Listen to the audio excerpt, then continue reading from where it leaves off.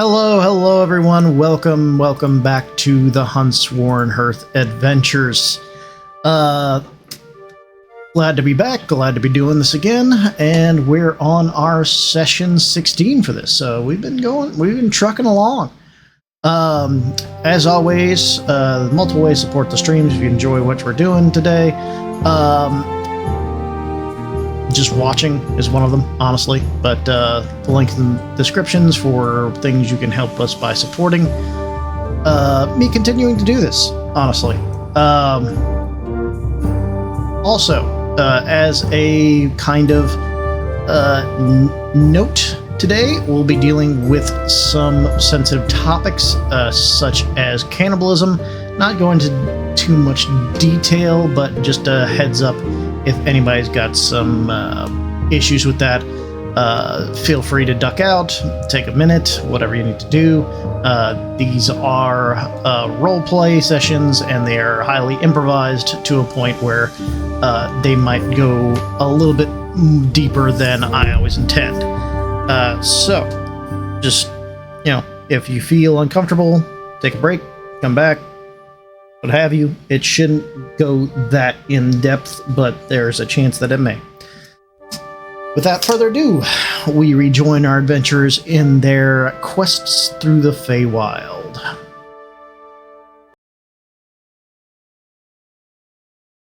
Alright, we're back in.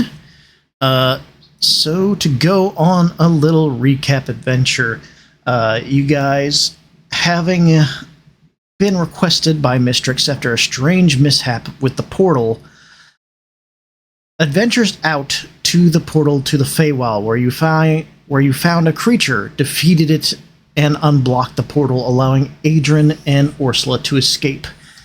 Adrian having been afflicted by some aging curse that had taken over half her body, and she needed to seek assistance right away, but Buddy had been taken from them. So they asked for your assistance in going to find what had happened to Buddy. You accepted, went through the portal to the Feywild, and found yourselves a little bit lost. The nature of Feywild portals being what they are, you don't exactly know where you are at any given point. You have to figure it out, and travel can turn from days to just minutes, the trails lengthening and stretching in front of you or shortening.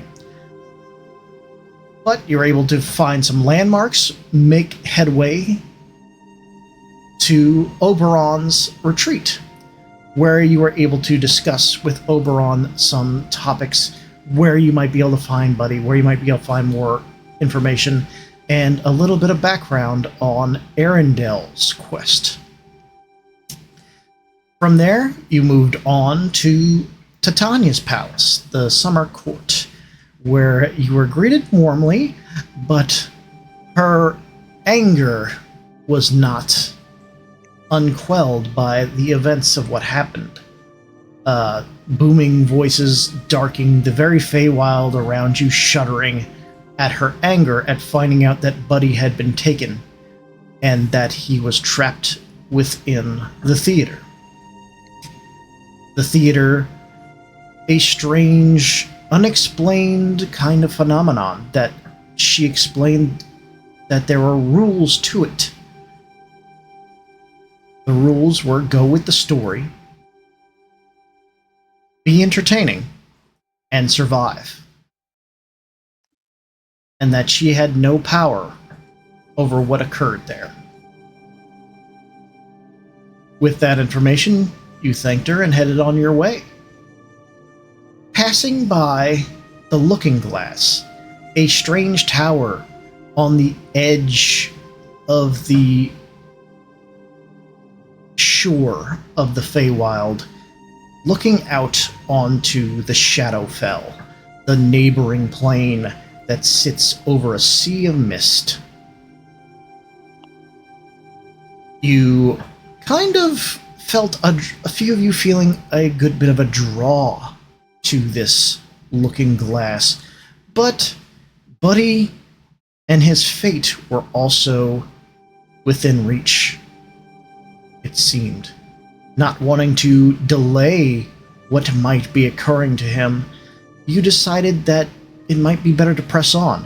However, it was also time to take a rest. During that time, one of your party actually decided to ask one of the patrons of this looking glass a line that wrapped around the tower twice by the time you awoke the next morning. What was the looking glass? He explained to you that it is where people go to see the dead. But not exactly the dead themselves. A strange mix of memories and actual essence. That some people found relief, others were driven further into their grief. Something that might be worth looking at after all. However, the mission still aligns, and that information was not shared with the rest of the party. And so we join our adventurers again, ready to press on to the theater.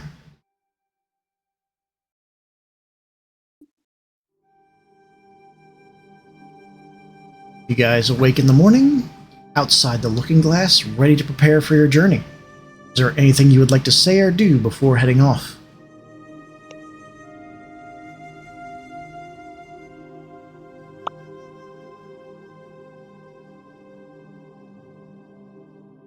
That I can think of. All right, I'll take that as a no. Go ahead and deduct a ration from everyone as you are traveling.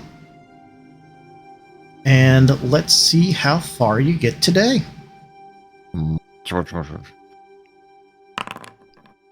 Very good. I'm down to my last ration.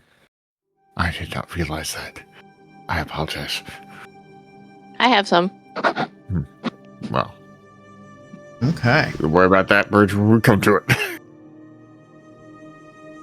All right. So it looks like you'll be able to make it to the theater today. Let me check to make sure nothing occurs on your path.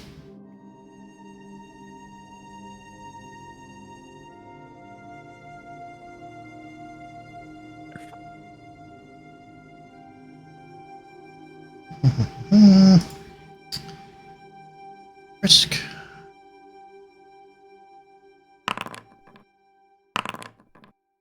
Okay. By the way, Arendelle, when you woke up, were you able to do you could give inspiration, right? Yes, I can. Right. Yeah, I know. I don't have inspiration at the moment.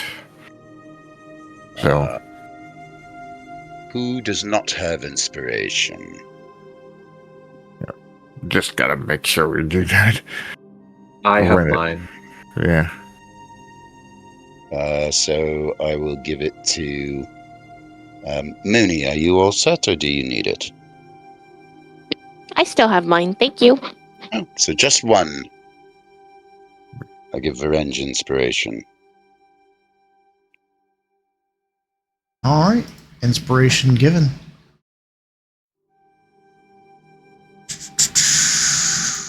Let's see.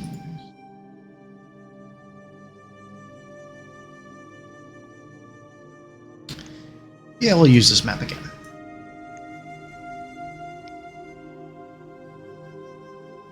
All right, so as you're traveling alongside these rivers, you cross across this bridge that is well maintained and seemingly takes you hours to cross, but you're able to cross it just fine.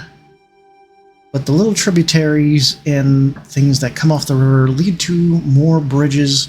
The air starts to give a biting cold as you grow closer and closer to the other side of the Feywild. Still warm, the sun beating on your skin, but a bitter cold air dragging through and cutting straight to the bone flowing from the south. And with that, go ahead and give me perception checks.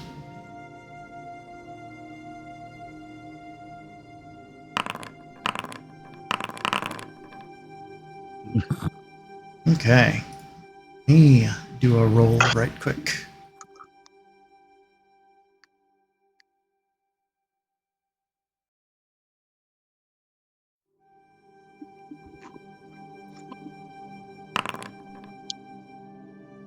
Okay, so this land is strange, and you always have to keep your head on a swivel. Shade Doctor, you do hear something whistling in the wind. A giggle, a laugh, a chitter. A strange kind of chattering noise that nears, and you're able to spot these creatures before they overtake you. Let me bring you to the map.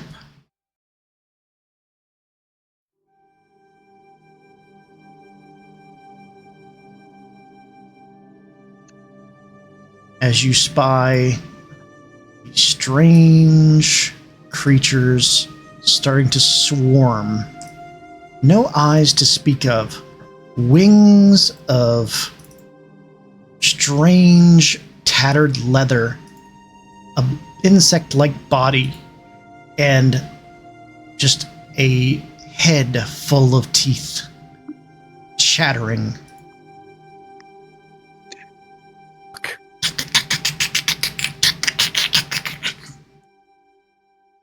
These are swarms of tooth fairies.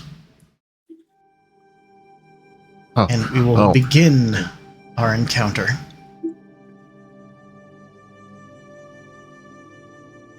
Oh, yeah. I saw these in Hellboy. They're bad news.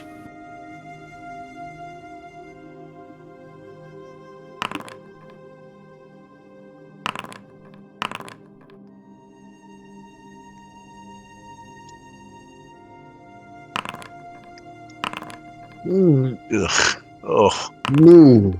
Oh no! Oh no, that's unfortunate. Oh my God! Well, at least I'm not the only one sucking today. Ooh, man. Okay, so we'll begin the encounter with all three of the tooth fairies going first.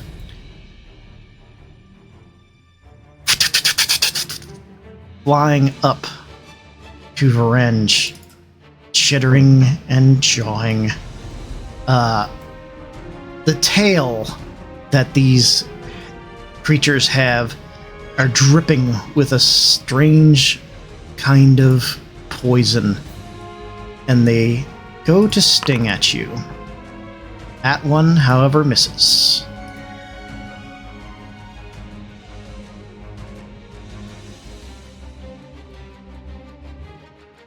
All right. Next one. It dashes up.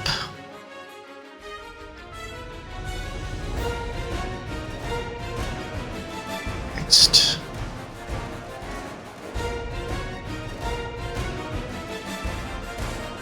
Goes up to Umbra and attempts to sting them.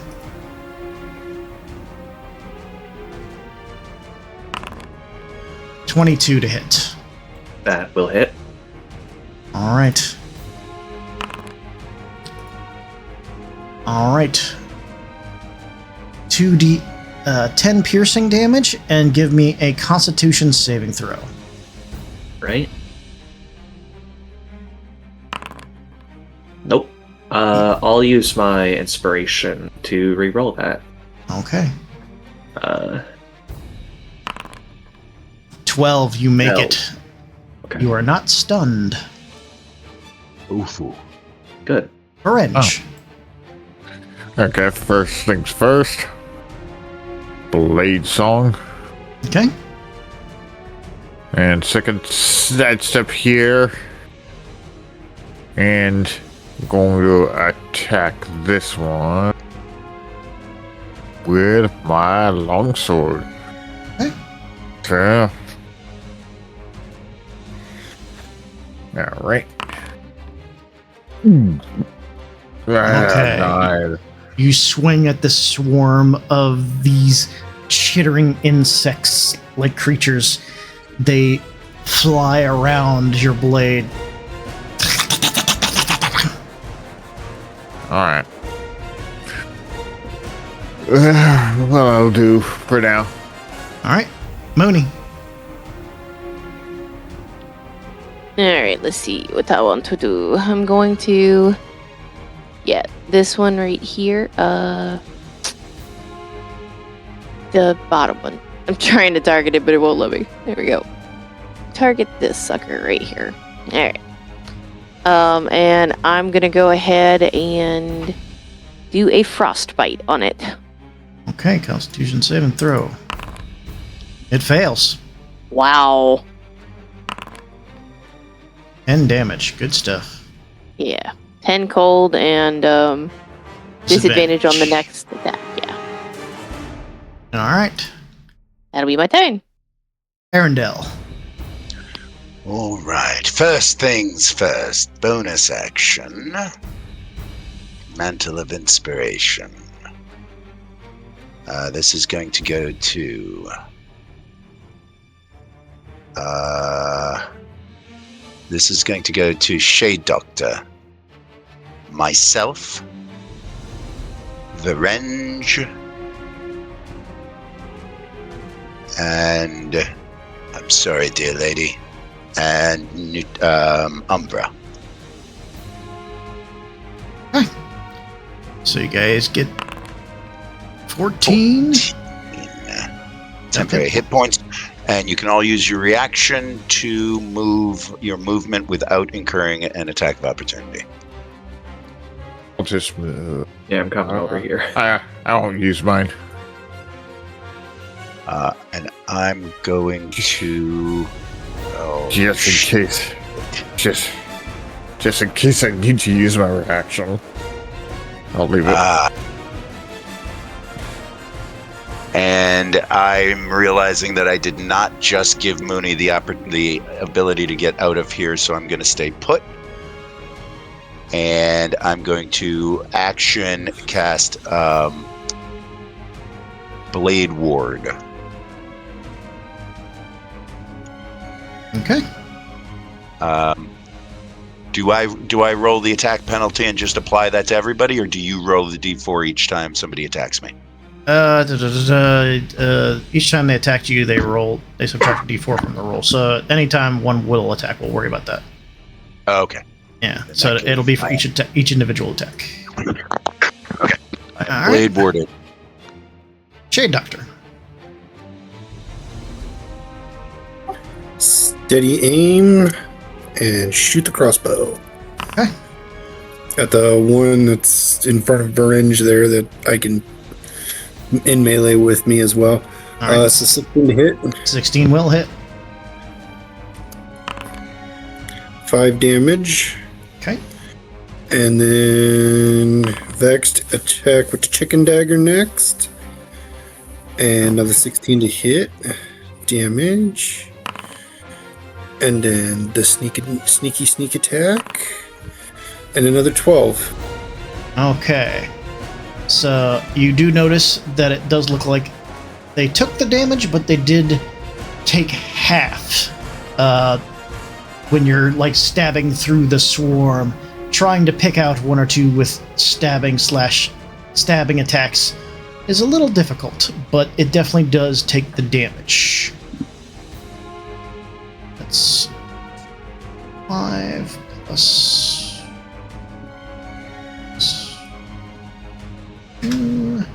Sorry, doing some math here.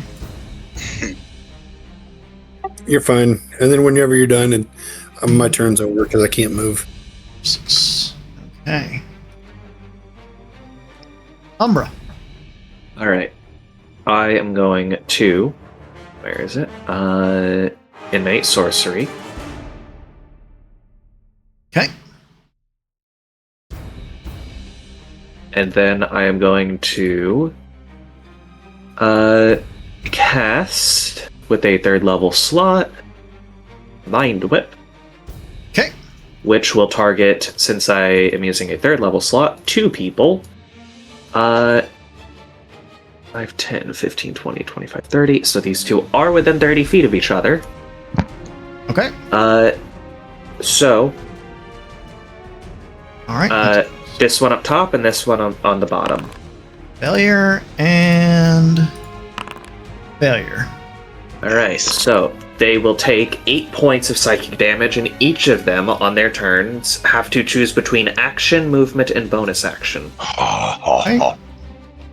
Nice. They only get 1. That is All right. that is clutch. All right. That's there. Is that the end of your turn?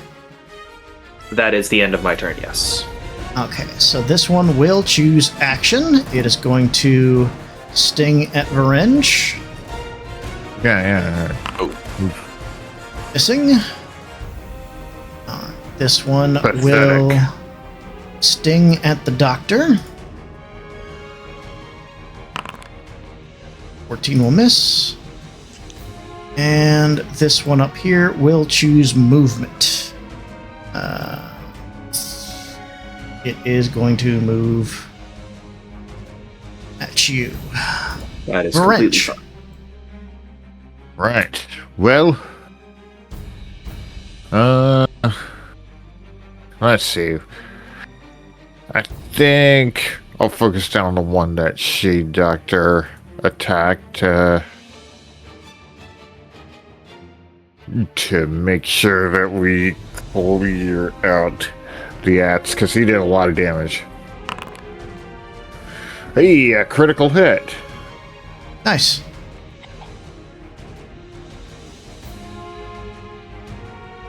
Okay. 17. And which one is that on? This one. The one that Okay. Shade Doctor attacked. All right. Because So he that, did quite a bit of damage. I want to get it closer to being finished. again, as slashing through this swarm, they do seem to take less damage, but it does affect them as you slash through several of them falling to the ground. All right, so let's...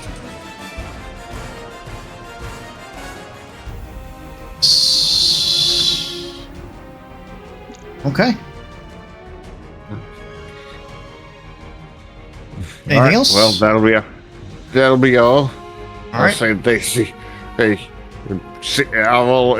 I'll say they seem to be resistant to physical weapons.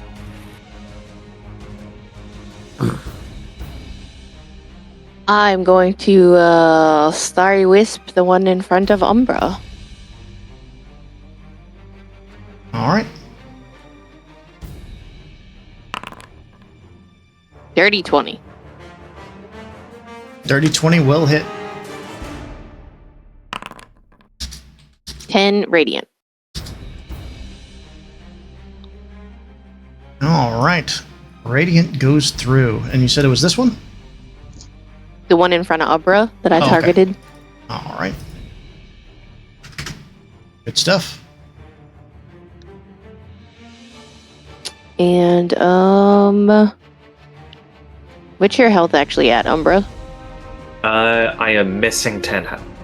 You're only missing 10. Okay. Yeah, I'm at 17 out of 27, but I have the 14/10, so Oh, okay. Okay. I'm fine. You're cool. Okay. That'll end my turn then. Okay. Arendelle. Right, the one, this one here. Let's see if this works. You know, a quarter for a missing tooth is really pathetic. Vicious mockery. Also, my parents would always leave me $1. Okay. It Not succeeds. on quarters in dollars. Never mind then. Alright. Yeah, It's just and that- confused by the concept of a quarter and a dollar. yeah. Yeah, it's like, I what should if have this? said a copper piece. You're right. That'll end my turn. All right. Shade Doctor. Just rinse and repeat last turn. So, advantage on first, 16. 16 will hit. 7 damage for that. Okay. Chicken dagger at advantage. Okay, so polymorph actually doesn't work on swarms, sadly. I mean, you could say it turns one of them into into a chicken. Just a really small chicken. It, though. A tiny little I'm chicken sorry. ever. I'm sorry. Every time you hit with that thing, it's something that can't be transformed, and I feel bad. But Or I kill it with that. well, roll the damage. We'll see.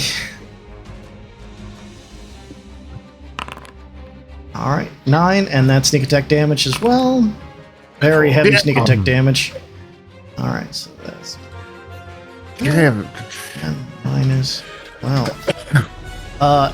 there is still like 1 or 2 fairies swarming around, but it's just barely hanging on.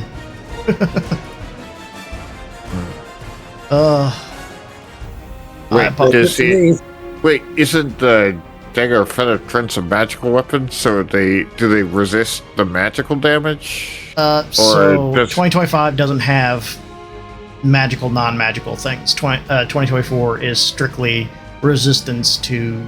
Okay. Damage types. I'm pretty sure most of like magical specific stuff just got shifted to like force. Yeah, and I think. now if it's got resistance to, and also these are custom creatures, so that they have just Okay, straight okay. resistance to. Yeah. Yeah, I just thought it was, but I didn't realize that change was made. All right. Yeah. Umbra. All right. Let us do another 3rd level mind whip, Okay. hitting the one on me and the one down here. Okay.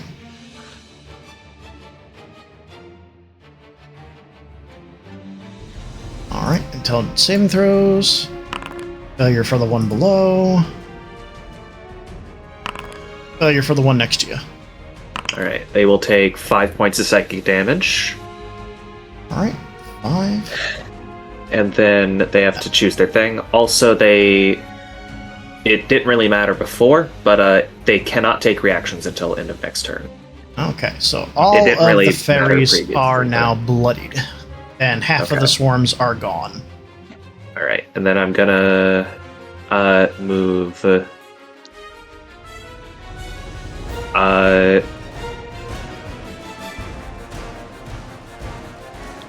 No matter how far I move, it won't. Like, it'll just be able to catch up to me.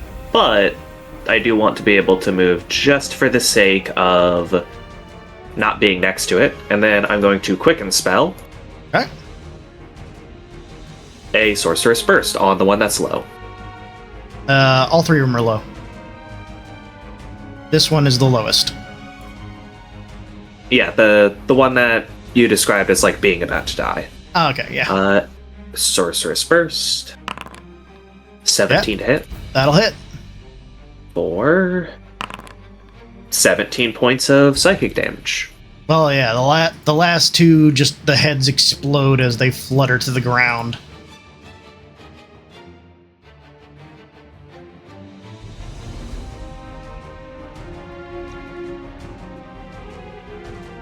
All right. That ends your turn. That will be my entire turn, yes. Okay. This one is going to sting at Varenge. Half health. 22. That beats my AC. Okay, so only 2d4. 5 damage, piercing damage. Give me a Constitution saving throw. You got it. All right, 21. you beat off the poison that is coursing into your veins. You are not stunned. Okay. And This- I will cast Hellish Rebuke to teach them a lesson. They have Okay. to make a dexterity save. They succeed, Okay. but I believe they take half. damage. Yep. Okay, All right, 15. very good. So, still up, but very, very hurt. Not a lot left of the swarm. This one will, again, fly off, the one that keeps on hitting it with magic, but it can't do anything. Alright, so, Varenge. Okay. Let's dip over here. Okay. And, well, sword's not doing as well as I would like, so... Wait, actually... Yeah, I'll use this one. I use Shuck and Grasp. Okay.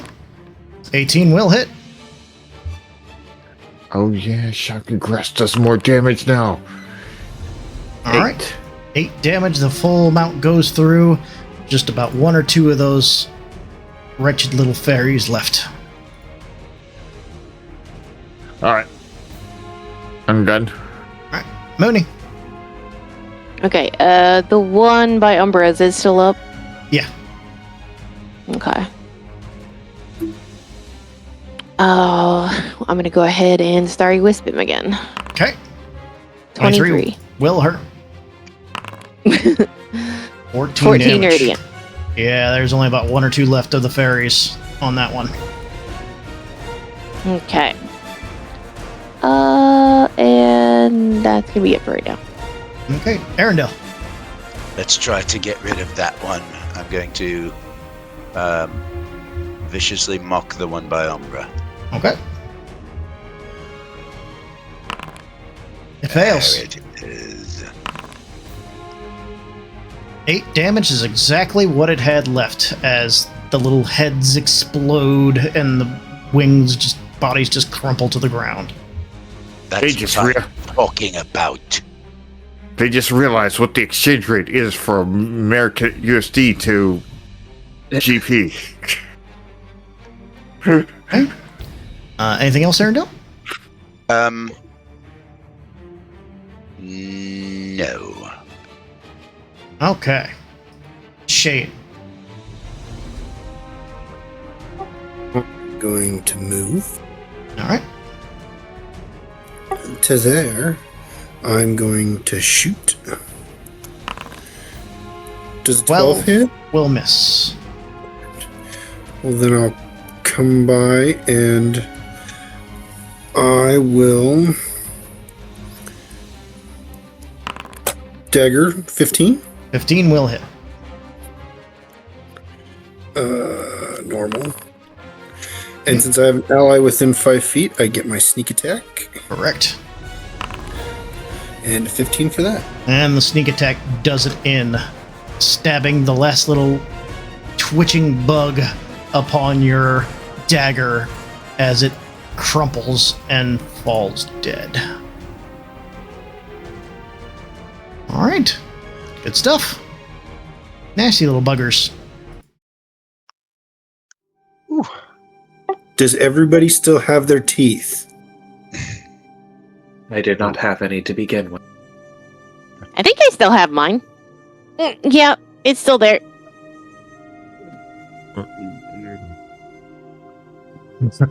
Ridge actually checks his teeth. Yes. Seems alright.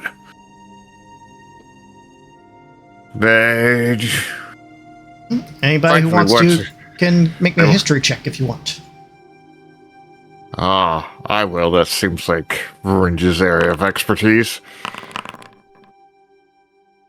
History. Alright, so Varenge, you have read about these fake creatures before. These are, in fact, tooth fairies. However, the name is a bit more moniker, as while they do tend to feed on children's teeth left behind, they'll go for any kind of bone or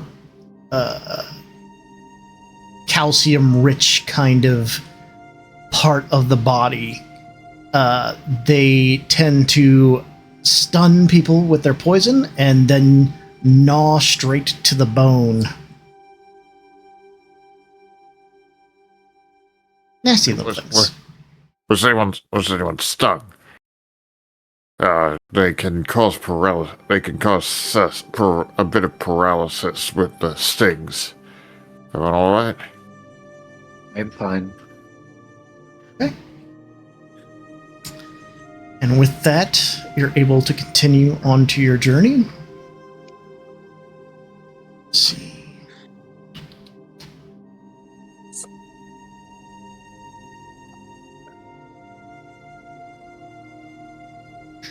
There you are. You stand at the precipice of a massive ringed theater. Columns raise up out of the ground, 3-4 stories high. Mostly walled, no real entrances that you can see as you walk along the walls. Sides one, a archway, lit in a gleaming light, and you cannot see within. Tapestries of red, purple, and gold hang along the walls as you hear cheering, booing, crying as you walk along its stone edifice.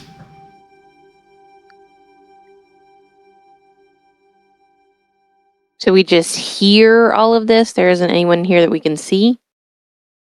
Nope, and the only entrance you see is the glowing archway that is just a white light. I don't think I like this. Oh, I know I don't like this. We're of the same mind. We have things prepared, I believe. What's probably like going a little risk? It's probably going to be. They're probably going to be trying a dramatization, so try to be bombastic.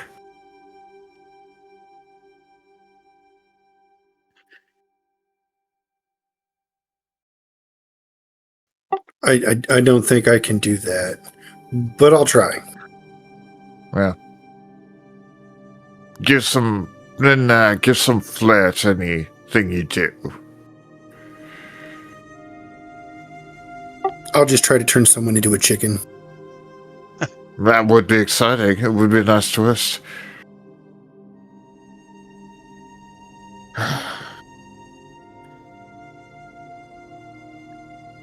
Well, everyone ready? I'm waiting I'm probably best to wait for neutrality to get back. Any preparations you'd like to do before going in? One of you is a little injured. Shade Doctor, also, you will notice that your battlefield medicine has been modified. Your battlefield surgery now is an action. You roll your sneak attack die to heal someone, so they're healed equal to a roll of your sneak attack die, and you have uses equal to your proficiency modifier per long rest.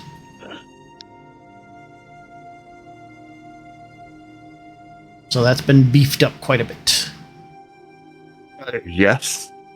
Very nice. Very nice.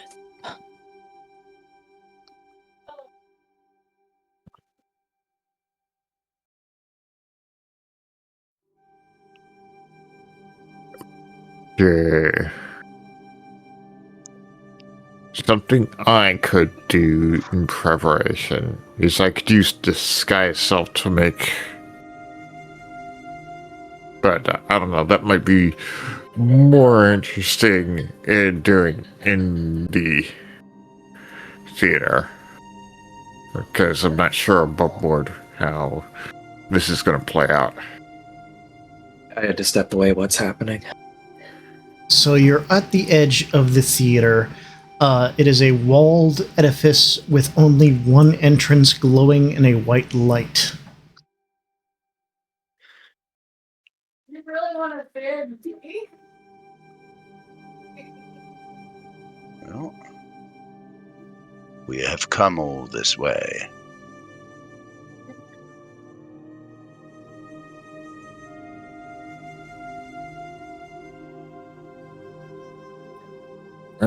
If everyone's ready. Yeah, I guess Very so. well. All right. Sounds like everyone's stepping in. Yep. Yeah. I'm gonna Yeah. break down some spell slots and do that real quick. Okay. Oh. Actually, it's a good idea. I forgot. I took a new spell for me called Aid. You want to use that now? Probably better if I do it before we go in. Probably. It's also a really good spell for bringing people up. Yeah. You can Oh, bring really? multiple people. Yeah, it's at a It's a distance. 3 creature. People up. Yeah. Okay. Well, I'll save it for that then. All right. So, one after the other, you step into this blinding white light. It encompasses all your senses: smell, sound, touch, all of it muted as you make your way into this echoing silence until you find yourself upon a stage. An empty theater circled around stands before you. A box at the 3rd floor is the only thing with a person in it. A masked figure steps out, clapping his hands slowly.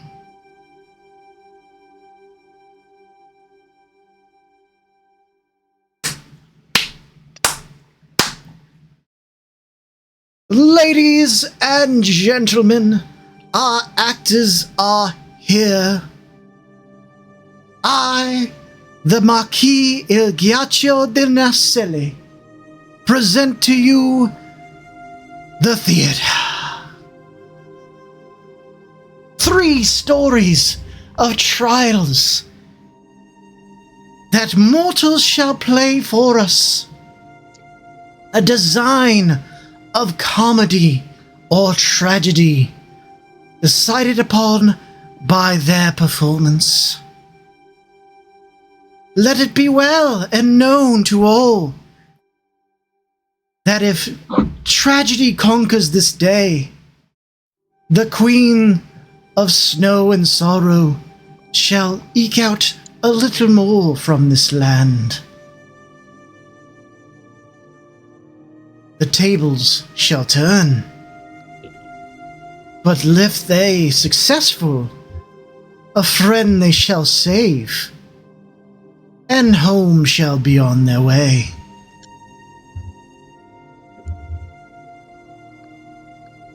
The first act comes upon us! And he snaps his fingers as a blizzard of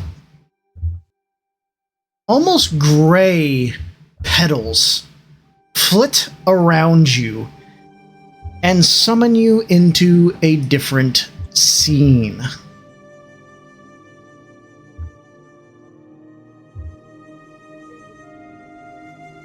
Player question.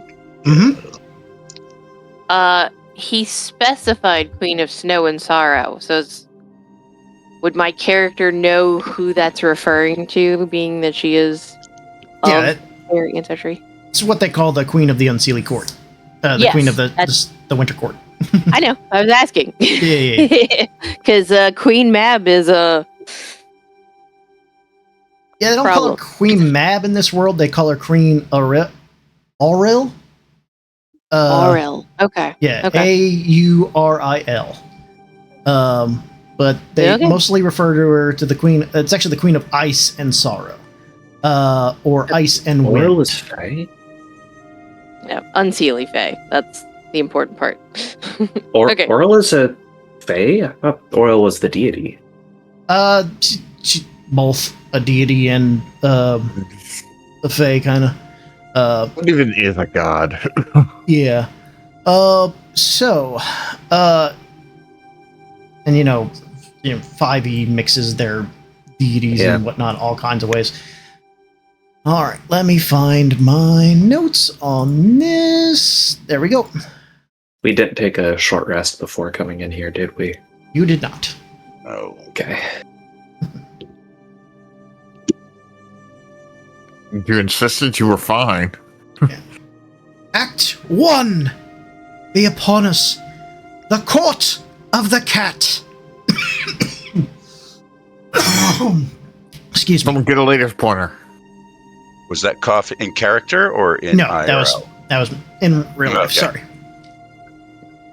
You find yourself within a throne room, the edges of which are concealed in this swirl of different colored petals, blocking off all view of the rest of the castle, constrained to this small part of the throne room. Upon the chair sits a cat. Though, unlike the picture pictured here, the face of the cat is a little more familiar. It looks as if Buddy were turned into a cat, as it sits there and looks at all of you with a twitched head and goes, meow. And then the narration blows in, echoed through the room. Upon the eve of solstice, some years have passed. The number known to only those who count. The great leader, the stalwart king of your lane, did finally lay, passed upon his eternal rest in the arms of his goddess. But in his maddening descent, as his brain did rot from the march of time within his withered husk, it was decreed upon his death that instead of his heirs, that number 3, his cat would rule in his stead. What was left in his wake was a court mired in disdain. A deep-seated hatred arose from his 3 sons as their once beloved family pet. The regent, eager to retain his place of power, leading from behind, the cat hired a group of adventurers to protect his puppet.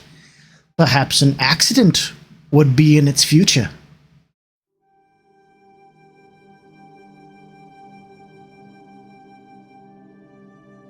And as you stand before it, the cat sits there, grooming itself upon the chair, slowly making its way down and toward all of you.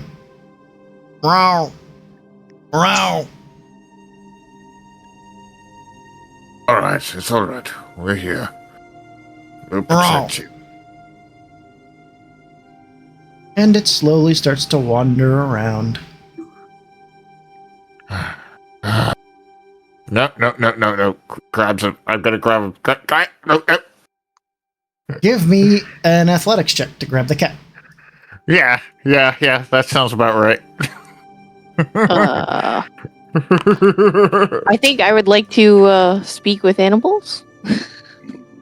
Okay. Go ahead and give me a... Okay, so know you're why it's casting trying to- this... Yeah, with I don't 10 know why it's trying to minutes, make a template. or are you No, I was just casting it. You're just straight up casting it. Okay. Yeah. All right, so you cast Speak with Animals. What do you say? Hi, what's your name? Name? What's a name? You know, the thing you call you and your friends call you? Haven't really had much friends. Let me go ahead and make a dexterity check right quick to see if he gets away from... Brend, you actually managed to grab it. However, Holding as you it. grab it, you notice that you're under a chandelier that starts to shake. Oh, well, move it over, like, here. Give me a That's not enough. dexterity saving throw. Okay. 9. I'll use my inspiration. Go for it. Oh no. Oh no. It's Okay. meant to be. It is meant to be. So the chandelier falls. Watch out! and it falls directly onto you as the cat jumps out of your arms. Thankfully, you the only one taking the damage. You will take 2d10 bludgeoning and a d8 of fire as the candles fall on your body. 18 damage. Yeah, which, so 14 bludgeoning and 4 fire? Correct. Because I'm resistant to fire. Correct. So you take 2 fire. Yeah, so let's see. 16. I got 9 temp, so the rest comes to. My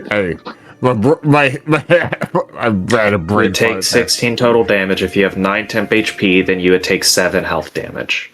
Yeah. Okay. I'm going to move to here. I'm going to sit down on the floor and take a ration out and hold my hand out to the cat. And I'll tell the cat he's nice. You can take food from him. He's a friend. Everybody's nice to me. Why would nobody be nice to me? I'm a great cat. Look at me. And he kind of does a little walk around in a circle.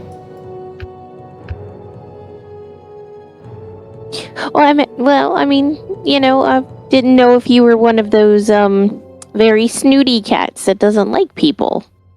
And Veringe, as you get up from the floor from this chandelier falling, you hear a laugh track going off that echoes throughout the room.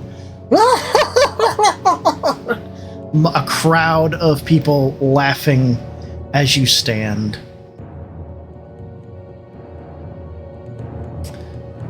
Comedy. He stands up, he looks at the ration and goes, that's not what I normally eat, though. I apologize. That's the only food that I have with me at the moment. In fact, my bowl's over here. And he wanders over toward the chair. Wait. Before he gets to the chair with the bowl, can I check around it to see if there's another thing that's going to potentially do damage to Buddy Cat? Make an instant investigation check. Right. Really just want to get chasing cat like goddamn. 21. You don't see anything around the chair or things of that nature. You do see his bowl. His bowl does have food in it, which he seems to be walking toward. Is the food poison? Well, we have to check it. Yeah, you'd have to check that. I would like to go check it. Okay, how are you going to check it? I'll just check one piece and just take it myself. All right. As you insert the food into your mouth, go ahead and make me... Where is it? A Constitution saving throw. All right. Oh no! Advantage against this for poison. Mm-hmm. Ooh, actually, it's acid. 20. 20. Okay, so you do taste poison. It does not take effect on you. And you made the DC high enough to where you take no poison damage whatsoever. Yeah, I'm going to stop the cat and just relay. That's my food. What are you doing with my food? It's poisoned. You should not eat that. It will very likely bring harm to you. He squints at you and then looks to Mooney, since Mooney's the only one he understands currently. I didn't grab him. Sorry. Since the chandelier fell, my friend was just making sure someone wasn't trying to kill you. It seems someone's also poisoned your food. Oh, they mess with my food. And as you try to grab him, he's just running one step ahead of you the entire time. Hey, stop it! Leave me alone! Go away! Fringe, stop. He doesn't like that. But he's... Bad touch! Bad touch! He says you don't have his consent. No consent. I'm going to hold the ration out again and say, I still have this ration. It's not poisoned. Yeah, well, I guess if that's the only thing to eat. He wanders up to you and actually starts to nibble at it. Would you be averse to the idea of me giving you scritches behind your ears? I do like scritches, yeah. He says yes, he likes scritches. Very good, and I will treat him like a cat person would treat a cat, and give him scritches behind the ears and around under his chin, and pet him from head to tail along his back. You start petting Buddy the cat, giving him love like he likes. He's kind of given this deep rumbled purr as you do so. Give me a what saving throw? Saving throw. Constitution saving throw. I will use my inspiration. All right. You notice that there are some fleas on Buddy that have tried to make it onto your hand, but you manage to shuck them away, and your constitution is enough to drive away the little tiny bites that would have started itching really badly immediately. As you sit there, a small ball of yarn rolls out from behind this pillar. And Buddy's eyes lock onto it like a laser. Someone should check out that bowl of yarn and make sure that there's nothing wrong with it. Yeah, let us check your yard to make sure it's not, poisoned or anything real quick. He is I'll check kind it. of... Alright, so as you go to check it, give me a charisma saving throw. Don't worry, guys. This is my best stat. That's Alright. Still So- looks like your best You stat. use your heroic inspiration. Yeah, I'll use it. Guys.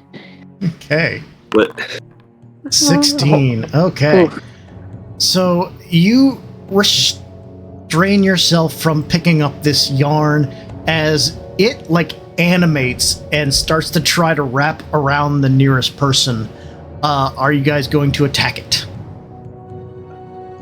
Yes. yeah. Okay. So we'll go down the line because this thing's only got 10 HP or 10 AC and 5 HP. So we'll see if y'all all manage to miss it. If so, it just keeps going.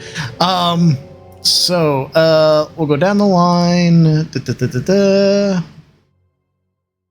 Mooney, why don't you give me an attack first? Okay. Okily dokily. Let's see. What's my... Yeah, I'm just gonna start with, but 21. All right, 21. Roll damage. 12. All right, you vaporize this yarn in this radiant light, and Buddy just goes, "Aw." Hey, wait. I think I have some. I know. I'm sorry. It's really bad. I'm sorry. It's just it was gonna hurt you, and I'm sorry. Hold on. I'm trying to see if I have anything in my bag that I could roll for him or something to let him play with. Ooh. What? I have something. The bauble. Can I take the bauble off of the staff and sort of start playing? You can, though. That's like a big copper ball. So as you try to roll it across the floor, it goes dong dong dong dong dong, and he's just like that. That looks like it would hurt. You're absolutely right. I don't know what I was thinking, and I'll recall the bauble. Okay.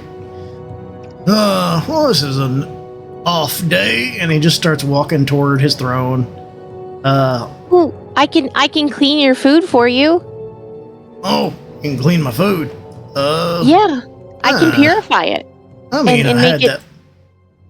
I had that little snack. I think we're doing all right. Okay. All of you go ahead and give me perception checks at this point. Ooh, I'm actually good at that one. Or not. No. 16. Okay. 15. Or Varinges just has his head in his hands and like, why do I have to do this? I'm a dog person. All right. Let me double check this creature's stealth check. Oh no. Wait. Aloysius is with me, so I'll roll a perception check for him, so. Okay. Well, this thing rolled horribly on its stealth check. So, Umbra, Mooney, everybody but Varengian Arendelle managed to see this person peeking out from behind. That's not it. This person peeking out from behind this column with a blowgun in their hand, ready to attack. And we can Everybody go watch out! straight into initiative then, since you guys all noticed him. Oh. Do I have disadvantage on that? Yes. So, Arendelle and Varenge, you would have disadvantage on this roll. Okay, that's fine. Damn! What the frick? Very good, very good. Ooh, Ooh. they rolled real high. Okay. Okay, so it's gonna be a tragedy now. I guess it's now a tragedy. All right. So, Oh well, we still have the slide whistle, so we can use that to change a successful. yeah, let's So, see we might be able which to, one we want for this.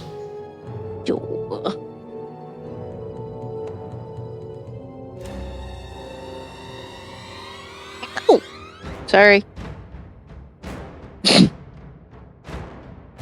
Sorry, what? The cat bit me. Oh, That's why I said sorry, because I real cat screamed bit you. ow at y'all. Okay. The real cat bit me. So this guy is going to make an attack with his blowgun. Which is just oh, it's mixing two different sounds here. That's not supposed to. There we go. All right, so that's a straight dex roll. 14. He does actually hit Buddy. Okay. Can I slide whistle that, or is it too late? You can go ahead and slide whistle. I will slide whistle that. Okay.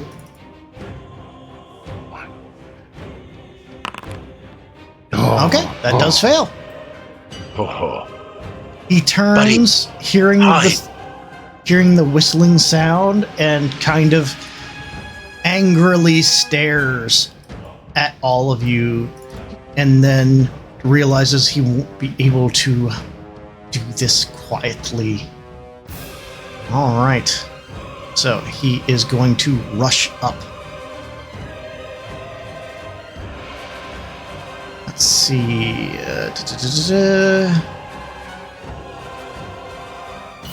Okay, so he uses action to... All right, so that's his action. Mooney. Okay. Oh no! Not my cat friend! Oh, I still have the target select thing up. Oops. Alright, so she's gonna scooch over this way, but also, go up in the air and fly. So she's not quite as punchable. Mm-hmm. Or my numbers could just not work on my keyboard. Thank you. And she's going to frostbite him. Okay. Constitution saving throw. He fails. Yay! 7 cold damage and disadvantage. All right. Good stuff. That'll end my turn. Okay. End of your turn. He is going to...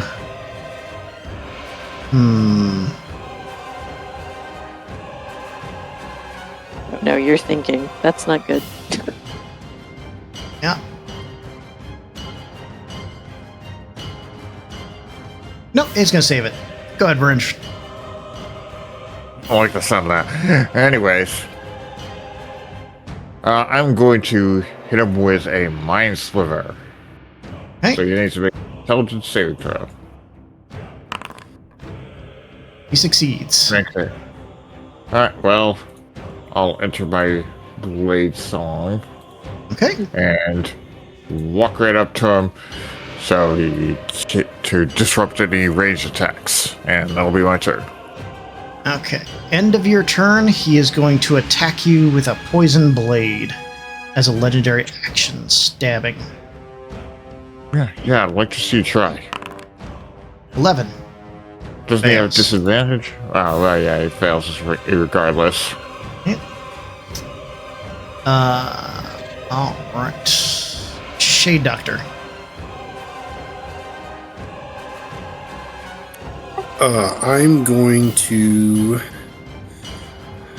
Because I don't think I can get to...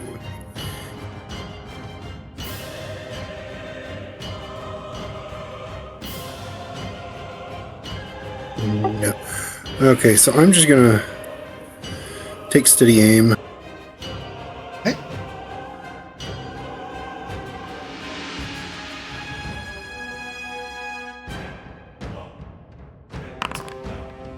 $18 will hit. Okay, damage. Then the sneaky sneak attack. And that'll be it for me. 19. Okay, it's gonna use his reaction to uncanny dodge. And half that.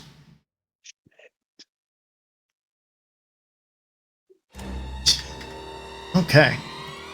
Still some good damage. Umbra. All right.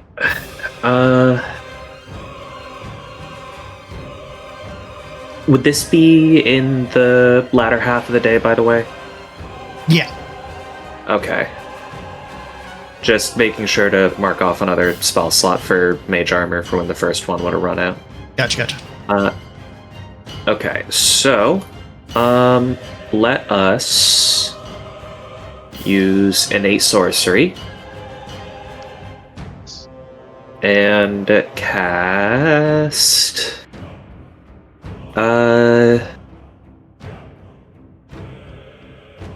Let's stick with something reliable and use Sorcerer's Burst. Let's just go with the basics. Hold on to my spell slots just in case. 20 will 20 to hit. hit for 3 points of psychic damage. Very good.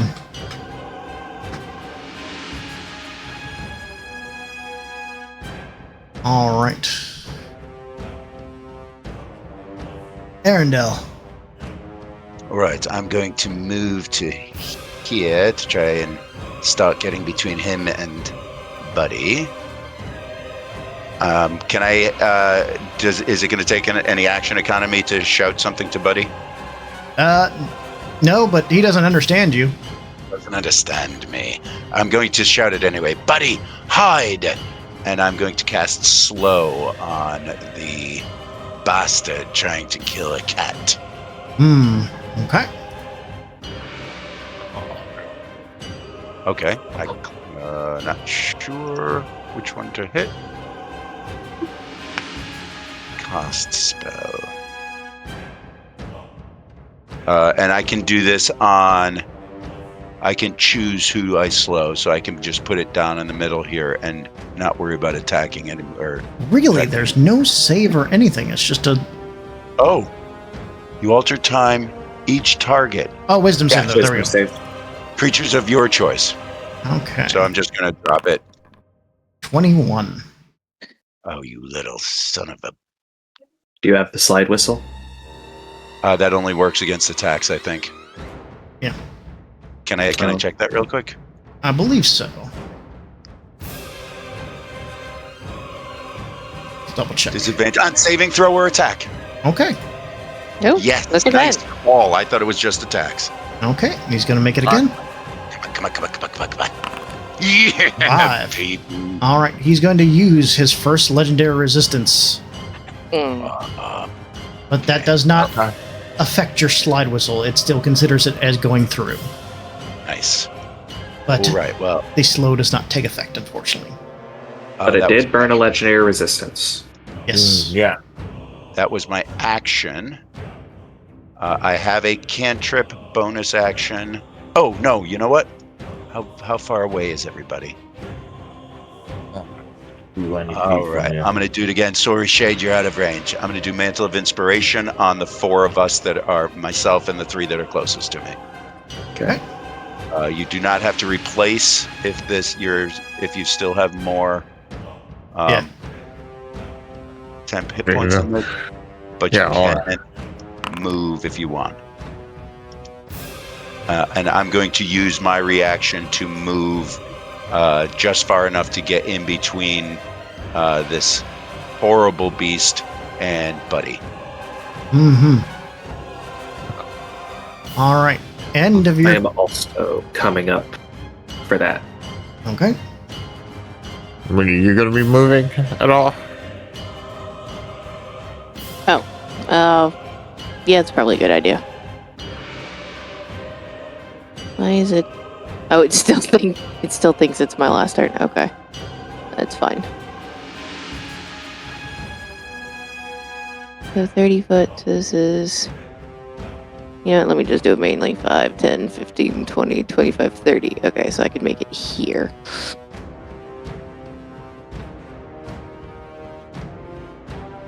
Okay.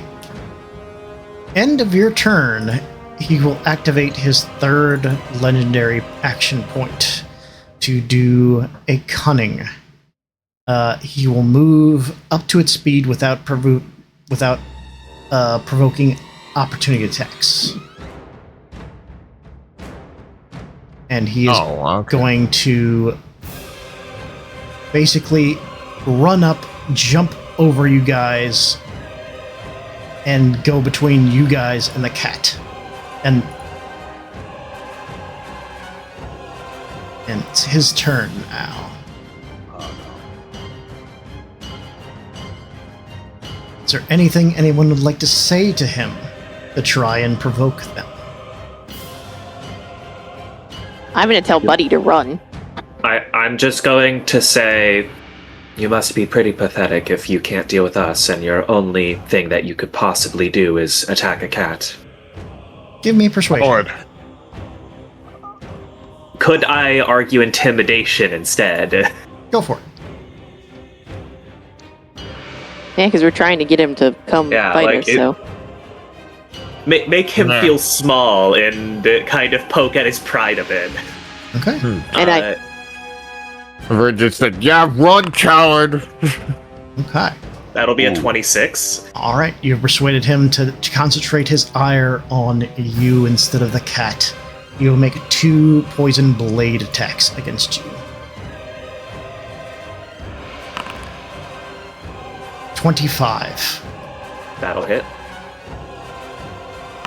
and a 17. All right. Okay. 17 to hit will also. Also hit. All right. Yeah, that also hits. First attack is 8 piercing and 5 poison. I believe you're resistant to poison. I am resistant to poison, so 8 piercing, that And- would be brought to 2, so 10. 10 total for that one. Okay. And for the next hit, 8 piercing and 8 poison, so 12 so- damage. Okay. So there goes 4 from 10 HP, so I can just subtract 12 from my main health. I am still up. All right. That's his turn. Mooney. okay, well, obviously healing word on Umbra. Let's see. What level do I want to cast it at? Let's do at least level 2.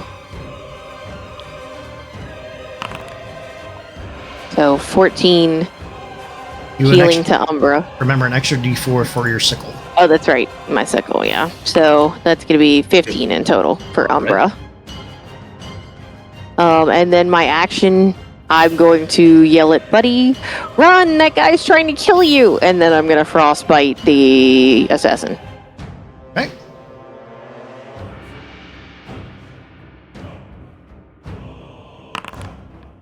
Succeeds. Damn. Right. Oh, I tried. At least Umbra's not going to die. All right, end my turn. Orange. Okay, I see. I do some ruler stuff first. I'm going to go ahead and remove the slow effect.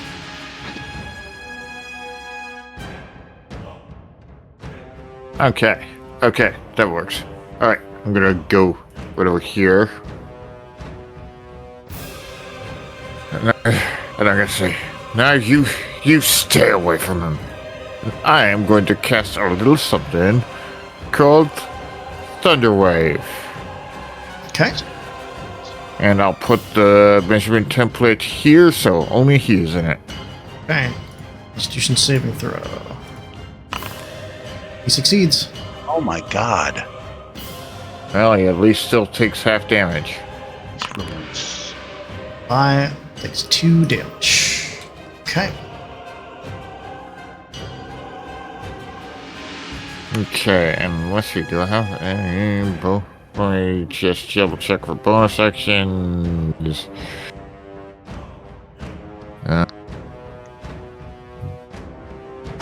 Alright, well. That'll be it. Alright. Shade Doctor. Okay, everybody stand in front. I'm gonna have to move now. So 5, 10, 15. I'm moving at an angle. 5, 10, 15, 20.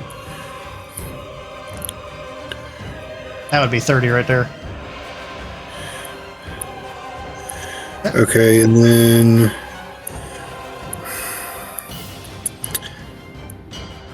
bonus action dash. Yeah, that would be. Yeah, that would get you to 60. Okay, to there. And then I'm going to just point my crossbow in its face and shoot it. Okay. See if I hit. 13 Gonna guess 13 doesn't. will not hit. No, unfortunately not. Okay. You got lucky this turn, and then that's it for me. Alright. Umbra. Alright. I am going to spend a second level spell slot to cast Darkness on myself. Okay. Imprisoning me. Sorry. Hold on. Is there a way I can put like an aura on my token? Heard there's a module for that, but I don't know what it is. Yeah, we'll just have to move it with you. Okay. And I can see through my own darkness. Correct. So I am going to spend 2 sorcery points to quicken spell. Not sorcery, it's quicken spell. In order to cast a sorceress burst on him. Okay. 21 will hit. 5 points of psychic damage. Okay. And then I am going to move. Let's get to about here, I think. Okay. Yeah. That way he's in the darkness so he cannot see, but everybody else is fine. Okay. Because this way, Buddy the cat can run away without provoking an attack of opportunity. At the end of your turn, he spends all 3 legendary actions to do a vanishing escape. Wait, what? A flash. The assassin creates a distraction such as a cloud of disorienting smoke or a flash of dazzling light, filling a 10-foot cube within 5 feet of the assassin. Each creature of the assassin's choice in the area takes 2d8 psychic damage. So that is going to be.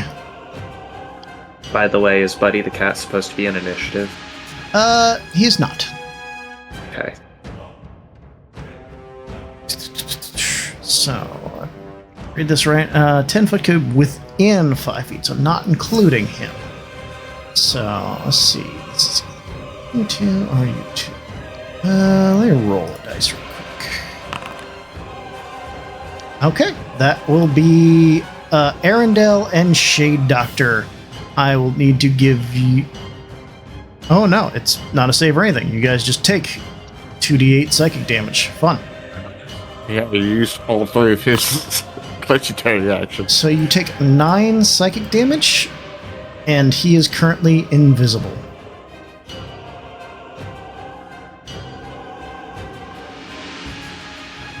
Oh boy. All right. Not that you could see him anyway, since he was in the darkness, but... Alright, and that... Arendelle, it is your turn. He went invisible. Be careful. All right, I'm going to try this. I hope it works. I don't have to see the creatures. I just have to know that they exist. I'm going to do... First, I'm going to do Mantle of Inspiration again, and I'm going to put it on Umbra, Shade Doctor, Varenge, and Buddy. And I am hoping that Buddy is going to use a reaction to get the hell out of here. Interesting. Okay. And then, first off, let's do that. Whether he runs or not, he gets 6 temporary hit points. Okay. And then I'm going to cast Vicious Mockery. I don't have to see this bad guy either. Mm-hmm. You truly are among the moon's worst creations, attacking a cat like this. He fails. And he takes 9 psychic and has disadvantage on his next attack. Is Buddy running away? Mooney, give me a persuasion check to get Buddy to run. Okie dokie. Persuasion. I'm not terribly good at this. Let's hope. I give further help. Okay. Oh. 14. Buddy. You tell Buddy to run, and he goes, I guess. And he just hops down off his throne and starts moving. Nice. Good, good, good. All right. Does that end your turn, Arendelle? Action bonus. I don't want to stay here, but I don't want to take an opportunity attack, so... As far as you know, he can't see you. Oh, good point. I am going to go after Buddy. Okay. And I'm going to try to persuade him to climb into my pack. Okay. And that will end my turn. All right. Assassin's turn.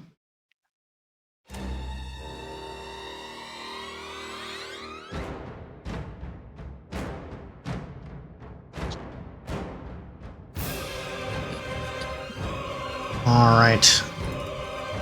So he stays invisible to the end of his next turn. Shade Doctor, you feel a knife try to stab into you. Oh, shit. Slide whistle. Slide was okay. Huh, it actually does miss. Yes. Next, Arendelle, you feel the knife come to your back. Shit. And I don't have a reaction anymore. 17. That is going to hit. Oh, wait. Nope, I don't have it anymore. That's going to hit. 14 damage as the knife sinks into your back, and he becomes Ow. visible once more. Stop doing that. 5 minus 9. Mooney. Okay. He became visible again. Mm-hmm. Oops.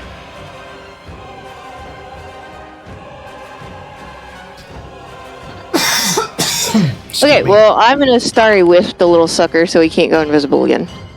Fortunately, a Never 9 mind. will miss. I'm going to try to Starry Wisp the little sucker and miss entirely. All right. Does that end your turn? Yes. Renge.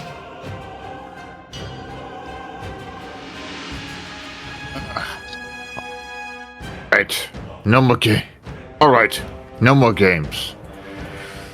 I am going to cast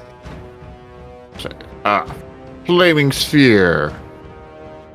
Okay, the Flaming Sphere gets called out. Where are you placing it?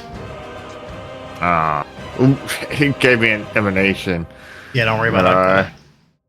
Put it right there, ram it into him. So he Okay. has to take the save. Okay, so that is a dexterity saving throw, correct? Yeah, there it is. 25. Okay, well, he still takes half damage. No, he doesn't. 3 damage. Okay. Actually does not have evasion, if that's what you're thinking. Oh. So, And I'm gonna move over there. And let me double check. Using casting Flaming Sphere is my action, so yeah, that's all I can do for now. Shea Doctor. Okay, I'm going to move. All right.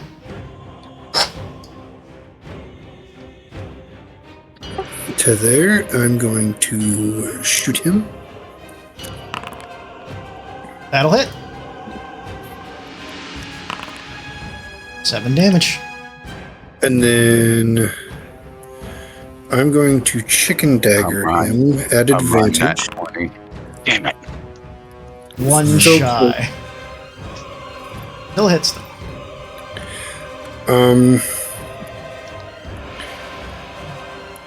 Do I want to do my full sneak attack or? Yeah, I'll just do my full sneak attack. Okay.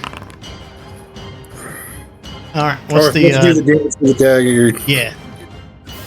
I was getting ahead of myself. Sorry. No, you're good. 21. Yeah, they will use their uncanny dodge reaction spent. But still, really good damage, and they are now bloodied.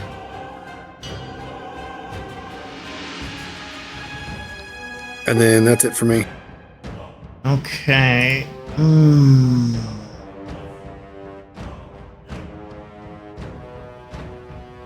Yeah, he's getting pummeled. We're just like that JoJo beam with the 3 guys painted up dude on the floor. Yeah. Fuck you, fuck you. Let's see. Which round is it? It's the third round. 6, 12, 13, 15, 16.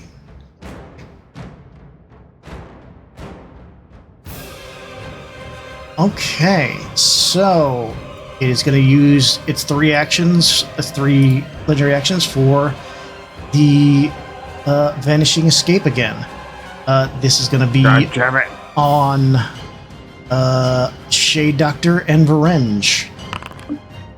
will take 6 damage, and it is invisible once more. 6 damage. All right. Umbra. Okay.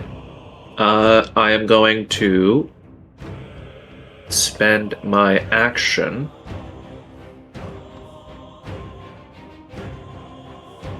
to cast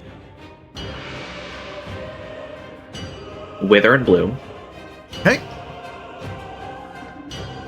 Right here. Okay. So if they're in that area, hold on. I used my innate sorcery and I forgot to apply the effect. That should be a DC 17. Okay.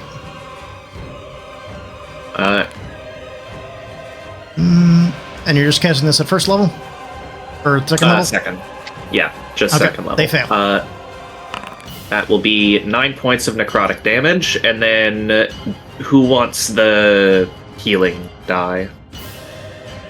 Who wants to spend their head die to heal? I would. All right. Is that a reaction to do that? No, you just get to do that. Nice. You roll. So for you, it would be a D8 plus 4 because it's my spellcasting modifier.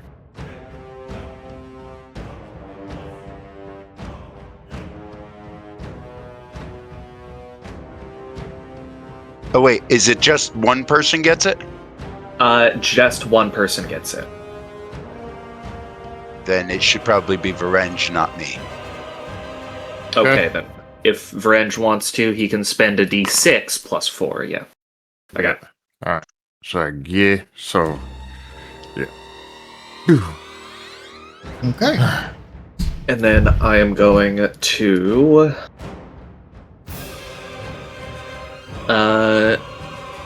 I cannot use bonus action because I don't have any more sorcery points. I have to make a concentration check. Yes, for your... I Blade spear. believe since I had advantage. Let me double check that. Make sure that's... if you're a warcaster, you get advantage. Yeah. Okay. Yeah, you're good. Yeah, I figured it wouldn't be too high, but...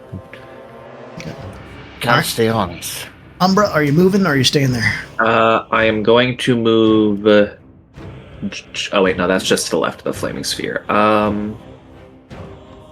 Yeah.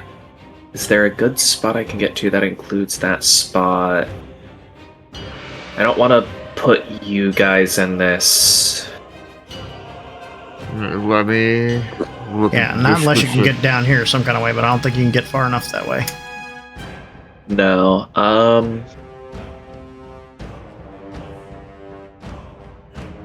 I could go just to the right of Mooney, but Mooney would be in the darkness.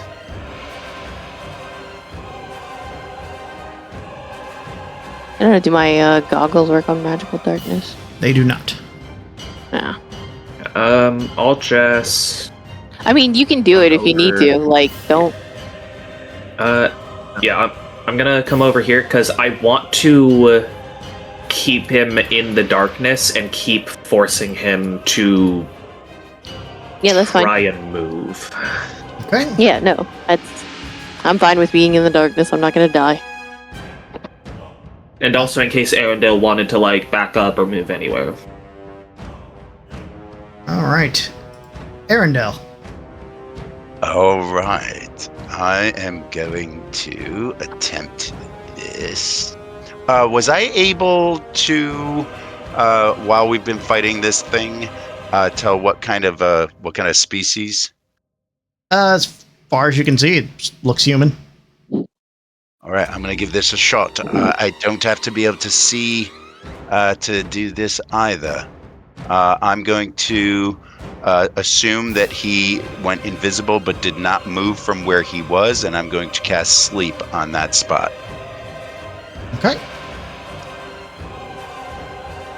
Each Like creature that, has and 5 it's foot creatures radius. of my choice. Okay, it'll make a wisdom saving throw. It's will incapacitated for this. use Oh, its shit. final legendary resistance. Fuck you. Mm. All right. Damn it. All right.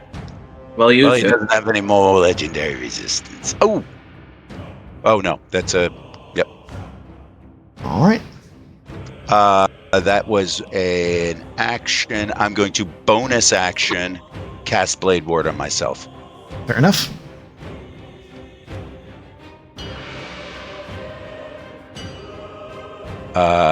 Which I'm not concentrating on sleep, so that works. Yep. And I'm going to move 5, 10, 15, 20, 25. Oh, I can't move through, buddy.